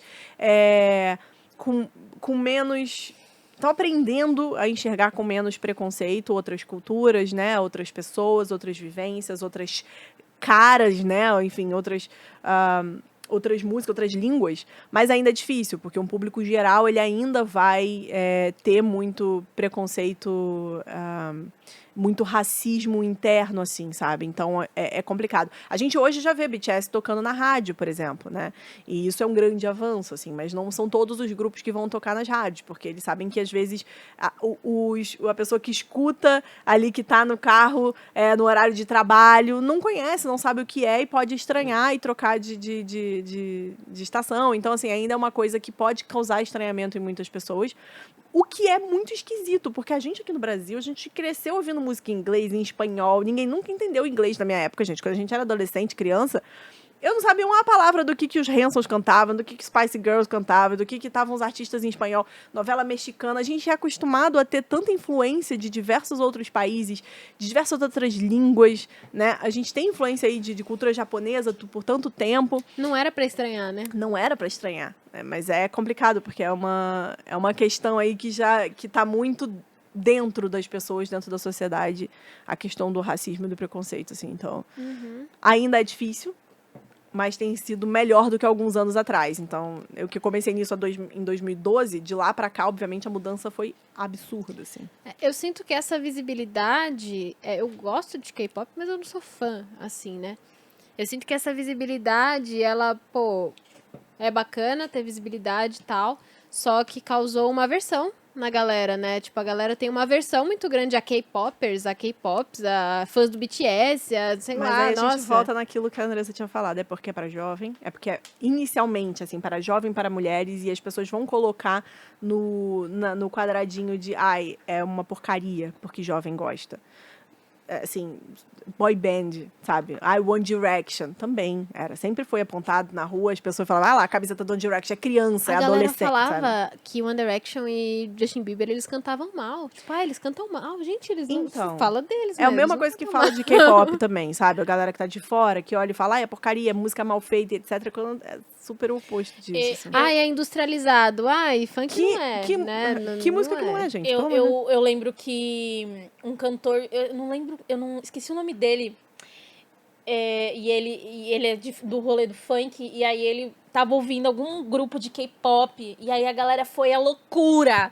Falou assim, eu não acredito que fulano tá ouvindo K-pop, assim, mas foi de alegria, foi a loucura, tipo, a galera ficou muito entusiasmada, assim, muito feliz. Cara, eu esqueci o nome dele, ele canta com o MC Pikachu. Esqueci o nome dele.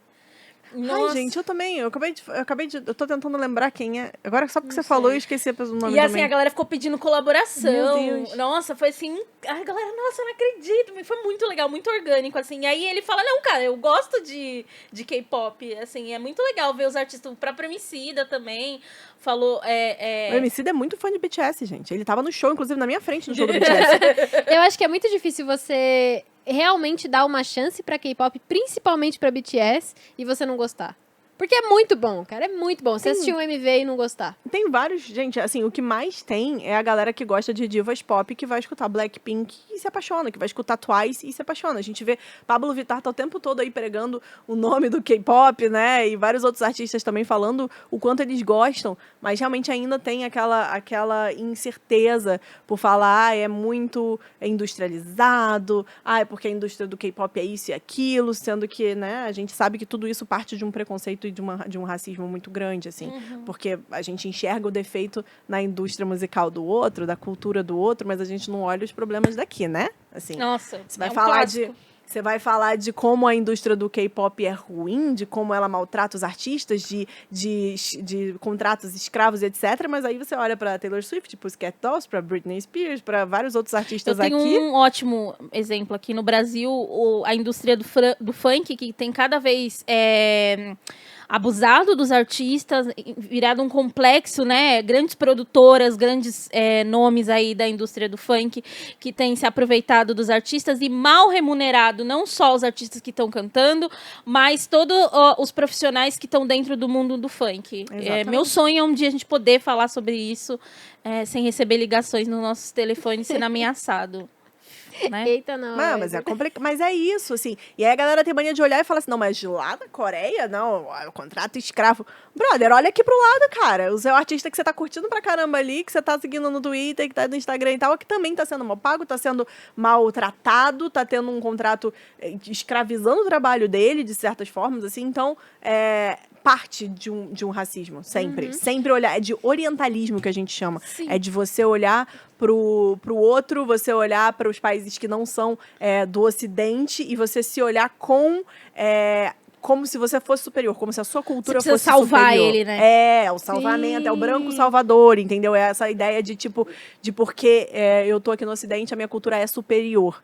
Então, a gente olha de forma orientalista para esses países, Acho inclusive que do leste os asiático maiores também. exemplos são as mulheres que estão dentro do Islã, que usam, por exemplo, o hijab, né? E aí sempre tem essa parte da galera feminista, não, porque a gente tem que lutar pelas mulheres.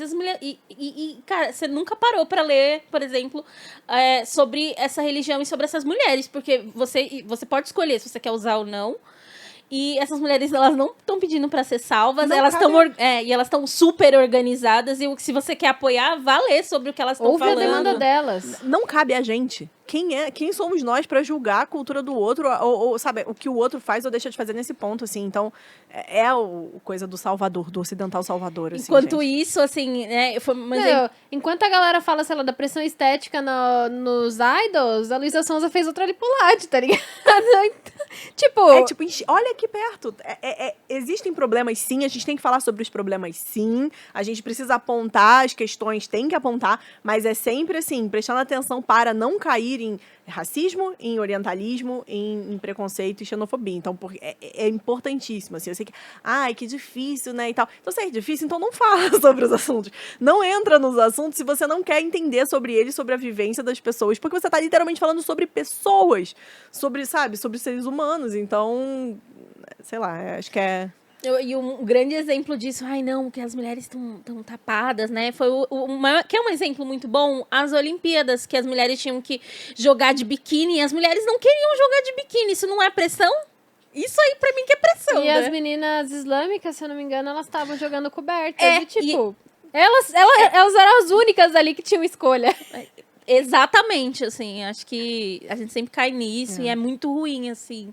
Mas que bom que a gente tem pessoas como você que entende. Tem muita gente E bacana fala. discutindo sobre isso, assim, inclusive, eu aconselho vocês a seguirem a Eric Menes no Twitter e nas redes sociais. A Erika fala bastante sobre isso, na visão de uma mulher preta como fã de K-pop, que também acaba sendo, muito diferente, por exemplo, da minha própria visão. Então, tem muitos criadores bacanas que têm Como é que é falado o arroba sobre dela isso. mesmo? Imenes Erika. E ela, o nome dela é sempre Afro K-Popper. Ah, eu sigo.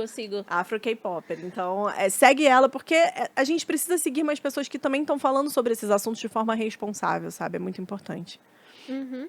E, Babi, ainda falando de K-pop, você tem o seu podcast sobre isso, né? O K-Papo. Então, o K-Papo, gente, ele acabou agora recentemente, né? No começo desse ano. Ele teve os seus últimos episódios, a última temporada no começo desse ano. Mas a gente teve 3 temporadas incríveis, foram 2 anos, eu acho, com o K-Papo aí, falando sobre... A Erika, que faz Gente, o estou K-Papo chocada, junto já tô de comigo. luto. A Erika fazia o K-Papo comigo, era um original do Spotify. E pra gente foi muito incrível receber esse convite, assim, de ser o primeiro original deles no Brasil e esse primeiro ser sobre K-pop. Pra gente foi muito representativo, assim, foi muito diferente, né? Foi muito importante. Nossa, 2 anos passa muito rápido, porque eu lembro quando lançaram Faz bastante. o podcast. Faz bastante tempo, mas ao mesmo tempo parece que foi logo ali, assim, né? Parece muito. Mas a gente. E os episódios estão lá no Spotify, se a galera quiser ouvir. A gente fala desde as questões do serviço militar, né? E questões históricas, e questão de LGBTQ na Coreia, questões de racismo, entre outras coisas, sempre com convidados que sabem, né? Que estão falando sobre isso, que trazem as vivências sobre isso, inclusive convidados internacionais, amigos nossos que são descendentes de coreanos. A gente sempre trazia pessoas, né, que tinham as vivências para poder conversar. E também episódios onde a gente só falava do que a gente gosta, aí o clipe novo que lançou, e curtia como fã, porque eu acho que é uma das coisas mais bacanas, assim, a gente poder só ser fã e surtar, e igual é o meu Twitter, assim, cara. Se vocês olharem no meu Twitter, ele é assim, metade do dia sou eu postando foto do channel em caps lock, ou eu, sabe, entrando em algum desses trends de falar de coisa de K-pop que eu gosto, ou de curtindo, né, sobre as coisas que eu gosto, porque é parte de quem eu sou, assim. Então, essa parte de você ser parte de um fandom, de eu gostar de alguma coisa e poder falar sobre isso, e poder surtar e curtir, etc., é muito gostoso. E da produção de shows, quais foram os shows mais legais, assim, que você produziu? E acho que é bom também você explicar pra galera como que é isso, como que é esse trampo, o que você faz quando você produz um show. Então, eu comecei apresentando eventos de K-pop, né? Eu apresentei o show do BTS, o primeiro deles aqui no Brasil, que foi o único que teve apresentação, o único que teve MC, né? Que a gente chama de MC no palco, em 2014. Mas antes disso, mas acho que foi na mesma época, mais ou menos, eu comecei a trabalhar como produção também no backstage desses shows. Assim, eu já fiz muitos trabalhos de produção ali atrás do palco. Desde carregar a mesa, de ficar carregando cadeira e de ficar com água na mão para poder dar, né, tipo, entregando água para artista, limpando o chão, limpando mesa, catando coisa, toda essa parte de produção que exige, como também eu já fiz produção artística, que é você acompanhar o artista para todos os momentos, em todos os lugares de trabalho que ele, né, do trabalho que ele faça, e garantir que esse artista vai chegar lá no lugar certo, que ele vai estar arrumado, que ele vai estar alimentado, sabe? É você cuidar de forma artística desse artista, assim. Então, dependendo do evento, dependendo do show, eu trabalhei de formas diferentes, assim. Então, às vezes, eu tava só como apresentadora, por exemplo, trabalhando no palco. Mas eu produzi alguns shows aqui no Brasil, trabalhei muito no palco de alguns deles também. Já fiz o evento tipo Anime Friends, que eu fiz o Cross Gene, né, que foi um show de K-pop enorme que a gente fez no Anime Friends. Então foi um trabalho tanto de produção quanto de apresentação. Ou do Mamamoo, por exemplo. Shows como do Newest, que é um outro grupo de K-pop que já veio várias vezes para o Brasil também. Enfim, tiveram vários, assim, né? O primeiro foi um grupo, uma banda chamada Luna Fly, que era banda mesmo, sabe? De instrumentos e tal. Então, também foi uma experiência muito diferente, assim. Uhum. Muito bom, muito legal. Mas, assim, trabalhando sempre em eventos menores, né? Eu não trabalho dentro de Não produziu no Allianz Parque. No Allianz Parque, entendeu? Não, inclusive esse do Allianz Parque do BTS, eu fiz o curso, né? Um curso onde a gente fazia a visitação à montagem do show. A gente aprendia ali junto com a montagem do show, a gente conheceu a produção. Insano. Foi muito legal, assim, foi muito bacana. Eu já tinha trabalhado antes com o Rock in Rio, por exemplo, já tinha trabalhado no Rock in Rio, e, enfim, pude trabalhar no palco do Guns N' Roses e de vários artistas que eu gostava, sabe? Já trabalhei em produção de show do Justin Bieber, junto com a Globo na época, de transmissão do show do Justin Bieber. Então, eu já tive várias experiências aí trabalhando com shows que eu gosto muito. Dar dinheiro não dá. Pra mim, especialmente, não dá. Nunca ganhei dinheiro com esse trabalho, tá? Assim, só gastei, só paguei pra trabalhar até hoje. Mas eu faço muito porque eu gosto, assim. Porque Dá um frio na barriga, né? Porque você tá lá, eu também trampo em produção.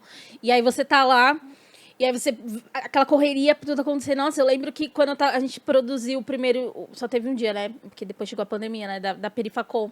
E aí, assim, eu fiquei sem fazer xixi. E aí eu só lembrei depois, quando tudo acabou. E aí, depois que você vê tudo pronto e entregue, as pessoas lá vibrando...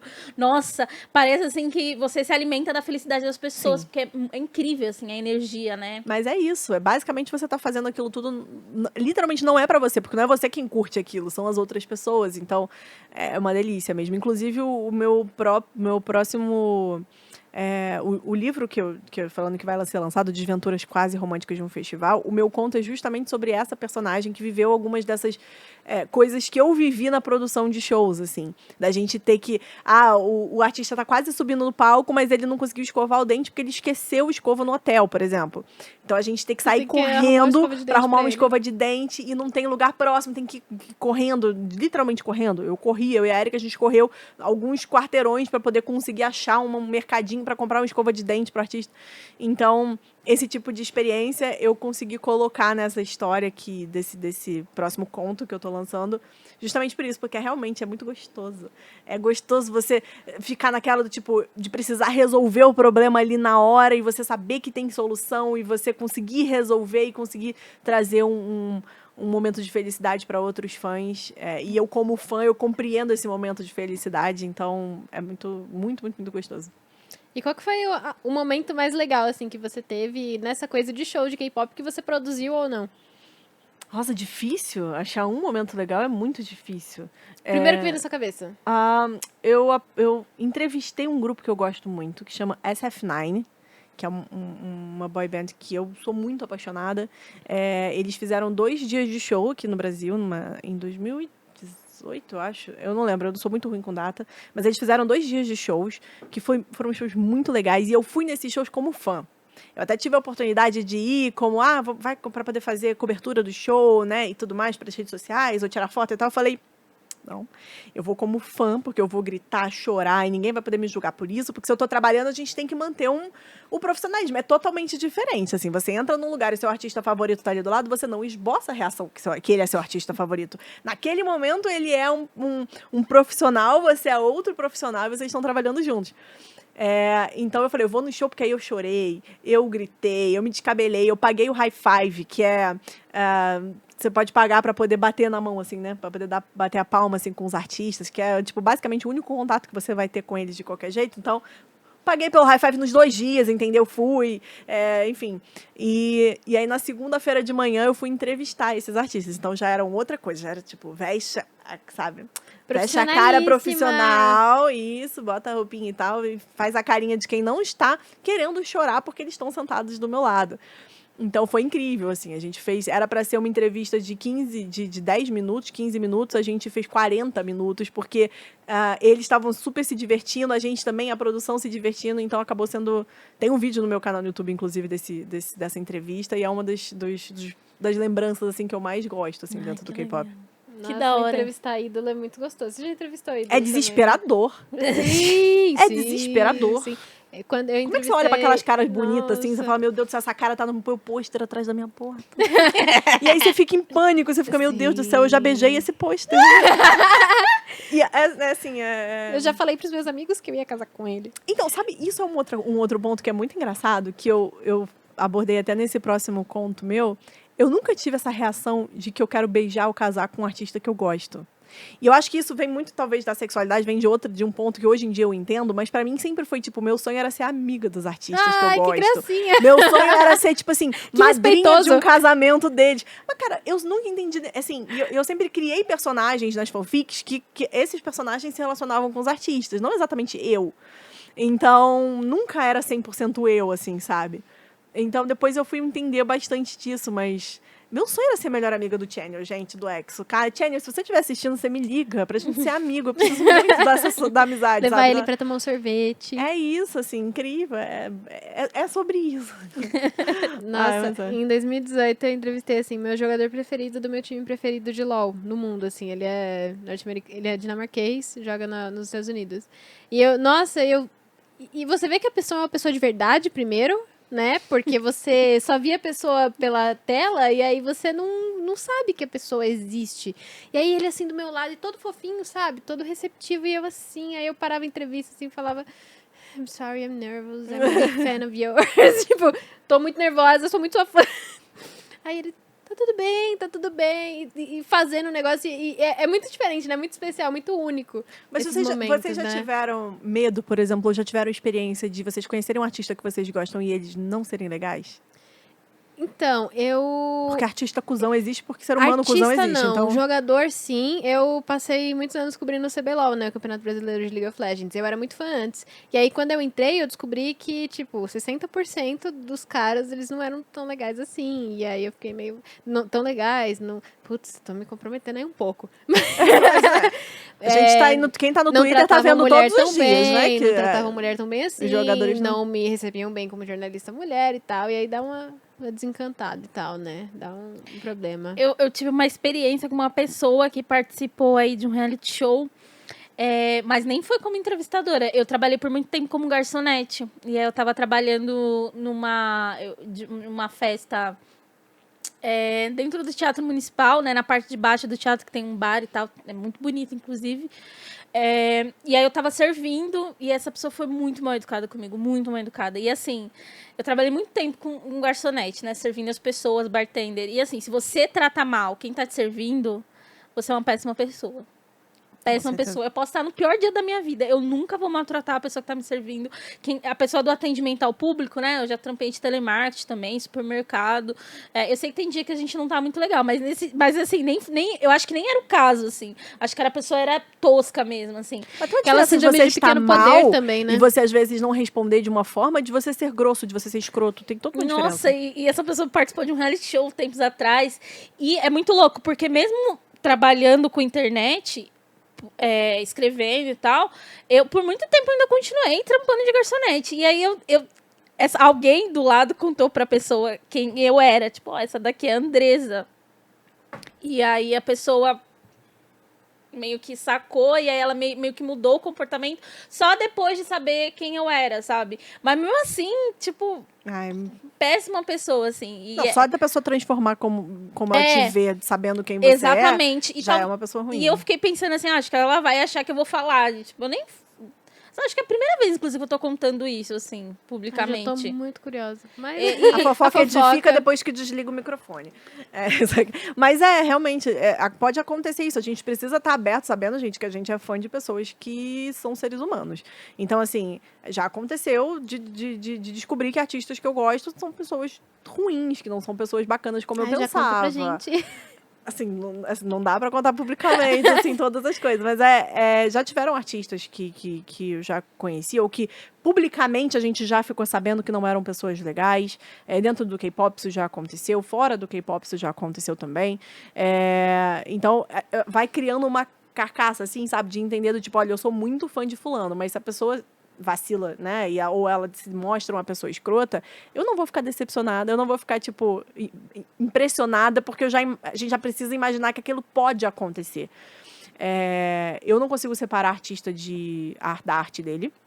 Pra mim, se a pessoa faz merda, se a pessoa não é uma pessoa legal, eu não consigo consumir a arte dessa pessoa mais, porque como artista eu entendo que a arte da gente, ela tem uma porcentagem enorme de quem a gente é, então não tem como a gente criar algo sem colocar um pouco da gente naquilo, não tem condição. Então, eu entendo dessa forma, então eu não consigo. Assim, por exemplo, no caso de Harry Potter, depois que a J.K. Rowling se mostrou uma pessoa horrível, uma pessoa transfóbica, uma pessoa horrorosa, eu não consumo mais nada de Harry Potter, mas eu tenho a tatuagem de Harry Potter, que eu fiz há muitos anos atrás, quando Harry Potter, pra mim, as minhas primeiras fanfics foram de Harry Potter, eu tinha assim, toda a minha vida, parte de quem eu sou hoje, foi conta de Harry por Potter. conta tanto do Harry Potter quanto do universo, do fandom que eu tive, né, em volta daquilo.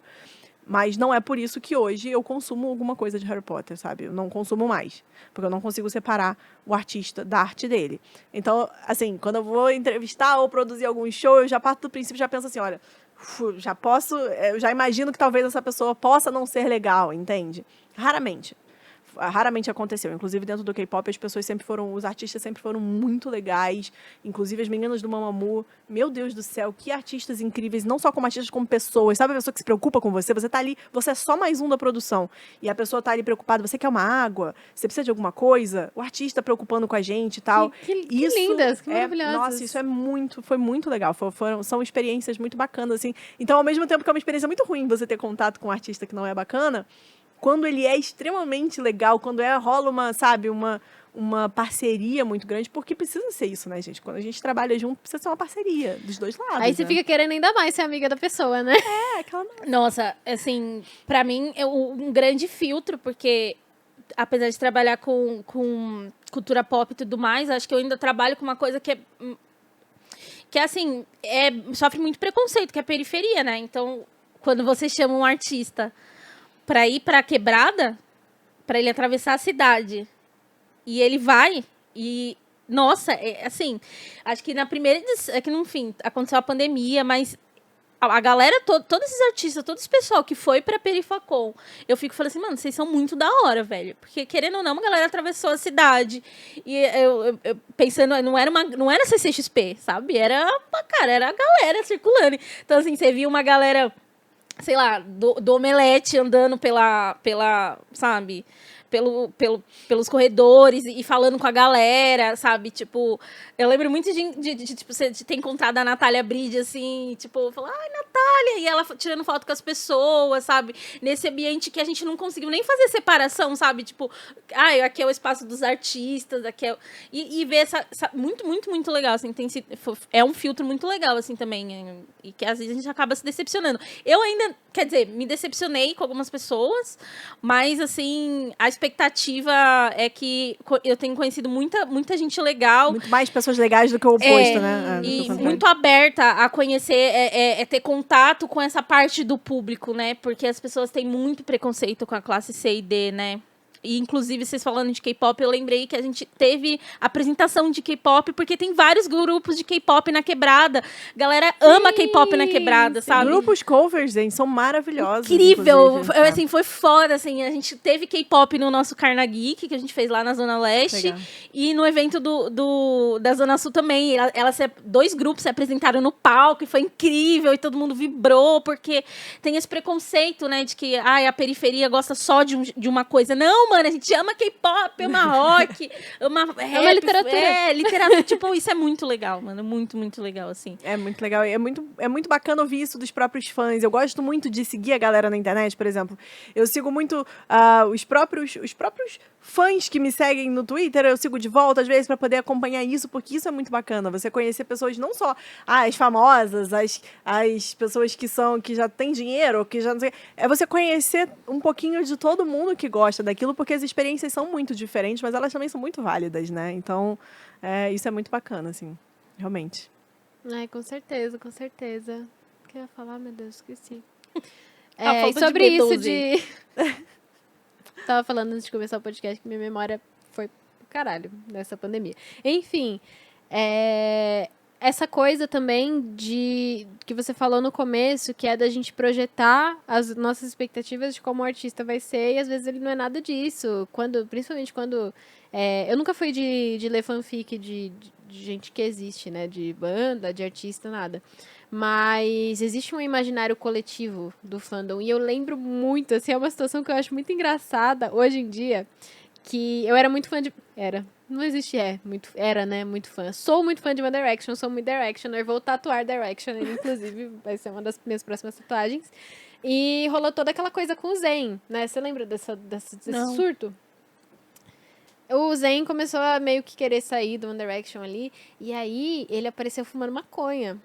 O Zayn apareceu fumando maconha. Foi meio preocupante na época, porque ele tava muito magrinho também. Do nada ele ficou muito magrinho. Ué, o que aconteceu? E aí ele apareceu fumando maconha. E as meninas ficaram alucinadas, assim, tipo, meu Deus, ele tá se drogando. Zayn, para de usar droga. Meu Deus, ele vai morrer. Alguém bota o Zayn na reabilitação. E foi um surto coletivo, assim, o fandom todo de meninas de 13, 12 anos, né?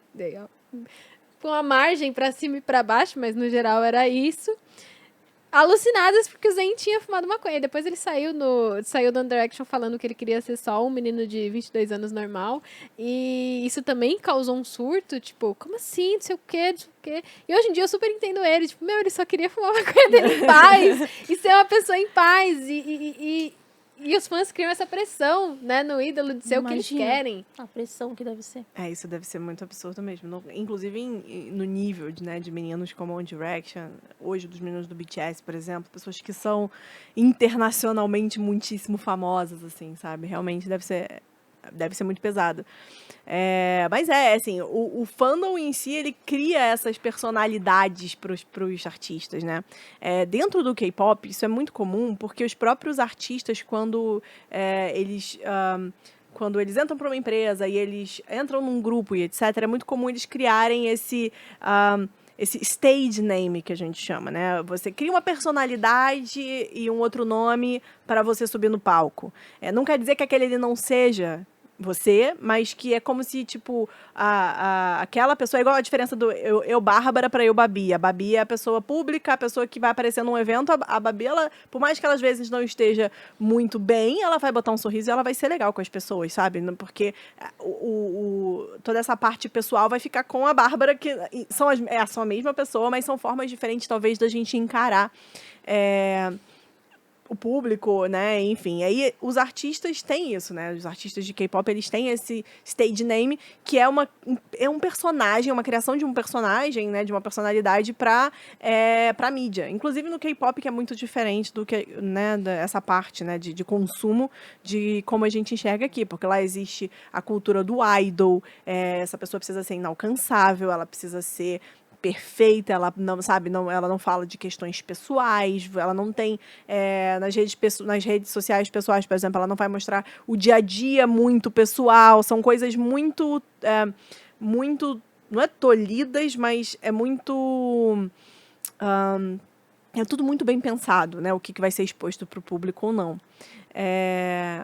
E de como, às vezes, essas personalidades são moldadas pelo próprio fandom, assim. Do tipo, fulano, ele é muito risonho, ele tá sempre aparecendo muito engraçadinho ou contando piadas, então essa deve ser a personalidade dele 100%. Então, em todas as fanfics, em todas as coisas, etc., essa é a personalidade dele. Ele é o engraçado, o divertido, o zoeiro. Aquele ali é o fofinho, é o carinhoso, é o mais novinho. Aquele ali... Então, tipo, você cria personalidade para esses artistas que, normalmente, nem sempre representa quem esses artistas são na vida real, mas isso é algo normal dentro de um fandom, né? Então, às vezes, quando você conhece o artista na realidade e ele é outra pessoa, às vezes cria um pouco desse choque, assim, Rola do tipo... conflito ali, né? Rola um conflito, assim, e é normal, porque às vezes aquilo ali é uma personalidade que ele tem também quando liga a câmera, ele cria a personalidade. Esse aqui sou eu, artista. E tá tudo bem, né? Isso pode acontecer. Mas assim...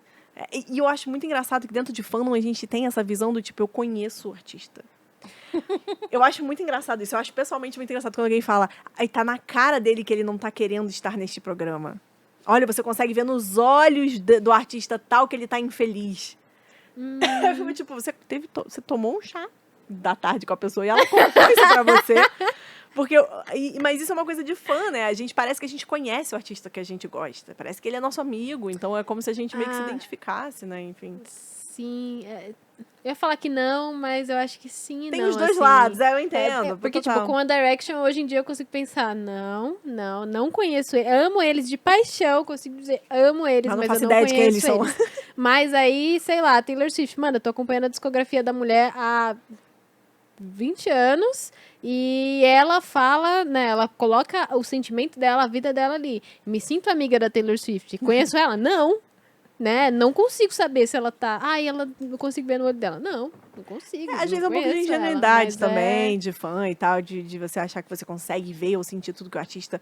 É muito difícil, porque é isso, assim, tipo, é muita exigência que o artista tem, é muita expectativa em cima dele, então... Mas também eu falo de um lugar de pessoa pública também, de que as pessoas também esperam coisas de mim, e eu já tô nesse papel de falar, gente, não, né? Talvez a pessoa que não tem essa vivência não tem essa visão também, né? Total, isso é bem verdade também.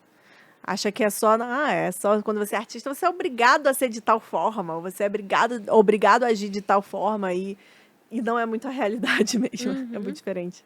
Babi, acho que encaminhando pra gente fechar, quero que você conte pra gente, perguntas capciosas aí. Melhor momento da sua carreira, ou top 3 aí, as primeiras coisas que vem na sua cabeça. Quando eu lancei O Ano Inesquecível, eu acho que foi um dos melhores momentos, se não melhor, um dos melhores momentos da minha carreira, porque foi a primeira vez que eu lancei um livro com uma editora tradicional e que eu pude escrever um livro com 3 autoras que eu sou muito fã. E que elas 3 me trataram extremamente bem. Hoje em dia nós somos amigas e eu tive esse carinho muito grande, tanto da Thalita, quanto da Bruna, quanto da Paula. Então, para mim, foi muito especial na época, assim. E mudou a minha carreira, né? Na verdade, mudou a minha carreira. Eu consegui começar a viver mais da minha carreira literária e, enfim, a poder investir um pouco melhor na minha carreira também.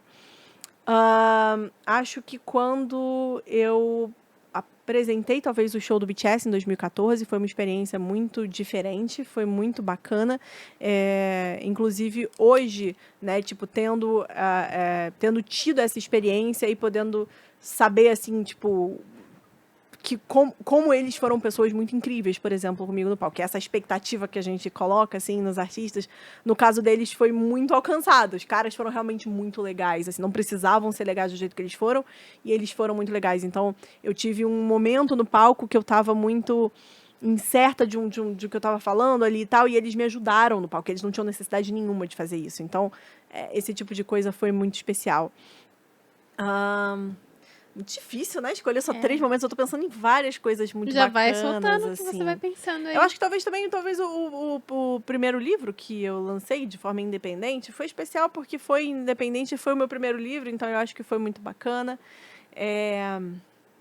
Entrevistar o McFly, por exemplo, pra mim foi incrível. Ai, que Você legal. entrevistou o McFly? Entrevistei o McFly, eu fiz parte de fã-clube. Gente, é aquilo, eu gosto de alguma coisa, eu faço parte de tudo. Eu faço parte de fã-clube, eu abro o site, eu faço de tudo, assim.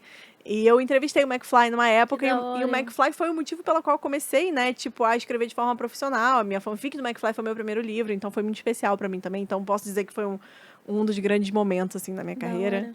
Lançar o livro com a Turma da Mônica, jovem, tipo, poder estar num palco com o Maurício de Souza e o cara falar do tipo, não, porque, sabe, elogiar a gente, falar de como que o meu texto, ele virou pra mim e falou assim, eu amei o seu texto da Mônica. A Mônica, minha filha, leu e agora ela quer ir pra Coreia também por conta disso e tal. Então, tipo, esse tipo de reconhecimento no trabalho, que é muito difícil, porque como eu falei, tipo, como escritora, a gente raramente é tido como artista, as pessoas não lembram que a gente existe, assim. Ter esse tipo de reconhecimento é muito legal, muito especial, assim. Ai, que incrível, que incrível. E conta pra gente dos seus projetos futuros agora, as coisas que você tá planejando aí. Que você tá trabalhando agora e que você tá planejando aí pro futuro. Então, tem esse próximo livro agora em outubro para ser lançado, o Desventuras.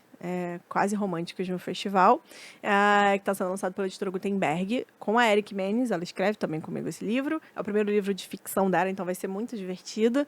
E outras 2 autoras de fanfic que eu convidei para esse projeto. Uma que escreve fanfics de EXO, que é a Paloma Ortega, e a Lil Guedes, que escreve fanfics de BTS. Então, elas estão lançando o primeiro livro delas tradicional, né, como editora. Então, é uma experiência que vai ser muito legal. Espero que a galera goste, assim, né? Porque, inclusive, eu postei no Instagram recentemente a capa do livro, para quem quiser ir lá olhar. E eu acho que, assim, tô trabalhando em outras coisas também, algumas que eu, infelizmente, não posso dizer, mas as minhas redes sociais é o meu foco de trabalho hoje em dia também, porque trabalhando hoje em casa, né, e sem os eventos literários e, enfim, não podendo me bancar hoje com o meu trabalho na escrita, né, porque antes eu conseguia pagar minhas contas tanto com a venda de livro quanto com os eventos literários. Hoje em dia isso ficou mais difícil por conta da pandemia. Eu estou investindo mais também nas redes sociais, tentando aprender a lidar um pouco melhor com as redes sociais e etc. Então, se a galera quiser me seguir, me conhecer e conversar comigo, eu tô lá o tempo todo, respondo sempre todo mundo, tô sempre muito aberta pra gente conversar, tirar dúvidas. Se a galera tiver dúvidas sobre lançar livros, né, ou sobre mercado editorial, sobre fanfic, lançar sua fanfic como livro, sobre K-pop no geral também, eu tô sempre muito disponível para conversar. Legal. Incrível, incrível. Ai, gente, que papo gostoso. Sim. Acho que agora a gente... Deixa suas redes sociais, não só pra... Então, todas as minhas redes sociais são Babi Dewitt. Todas elas são @Babi Dewitt. Eu, inclusive, estou na Twitch fazendo lives também sobre literatura, sobre fanfics, livros e K-pop, sobre todas essas coisas que eu falo no geral, assim, é sempre as mesmas coisas, mas eu tenho, então, o meu Twitter, o meu Instagram e a minha Twitch. Tem o canal no YouTube também, que tem muitos vídeos entrevistando vários idols de K-pop, tem vários momentos, assim, também, que hoje em dia eu posto menos vídeo lá, mas realmente, assim, eu perdi um pouco a mão. Depois que começou a pandemia, eu dei uma pausa, assim, sabe? Aí você meio que perde a mão para poder voltar, muito difícil. Mas, se a galera quiser me conhecer, tá? Babi Dewitt. Meu sobrenome é meio esquisito, eu sei que é difícil, mas todas as minhas redes sociais são iguais. Aê! Babi, muito obrigada por ter vindo. Obrigada, foi um prazer gente. conversar com você aqui. Adoramos te conhecer todos esses seus lados, todas essas Obrigada. coisas que você agrega aí pra internet, Demais. para o público e pra tudo. Muito obrigada obrigada. mesmo Obrigada por pelo ter espaço. vindo. E muito obrigada também a você que acompanhou a gente durante esse tempinho. Queria convidar vocês para seguir a gente no nosso canal no YouTube, se inscrever, né? YouTuber falha aqui. Se inscrever no canal no YouTube, se inscrever no canal de cortes, seguir a gente nas nossas redes, Instagram, Twitter, tá tudo escrito aqui. Quais são as redes? TikTok, Facebook, Instagram, LinkedIn, Bumble. Tinder. Todas as redes sociais lança braba. Ai, gente, queria dizer que eu sou muito fã das redes sociais de vocês duas. Eu sigo as duas em tudo e eu fico, tipo, quando veio o convite, eu fiquei, tipo, meu Deus, e agora? O que eu vou fazer? É aquele momento de, tipo, fim de profissionalismo o tempo todo, sabe? Como assim? Amiga. Como assim? Ai, só isso. Eu só queria dizer isso. Muito obrigada pelo convite, gente. Obrigada. Nossa, Muito tô, feliz de conhecer, muito legal. Feliz. Muito obrigada, então, gente. Nossa Braba vai ficando por aqui. Valeu e até a próxima.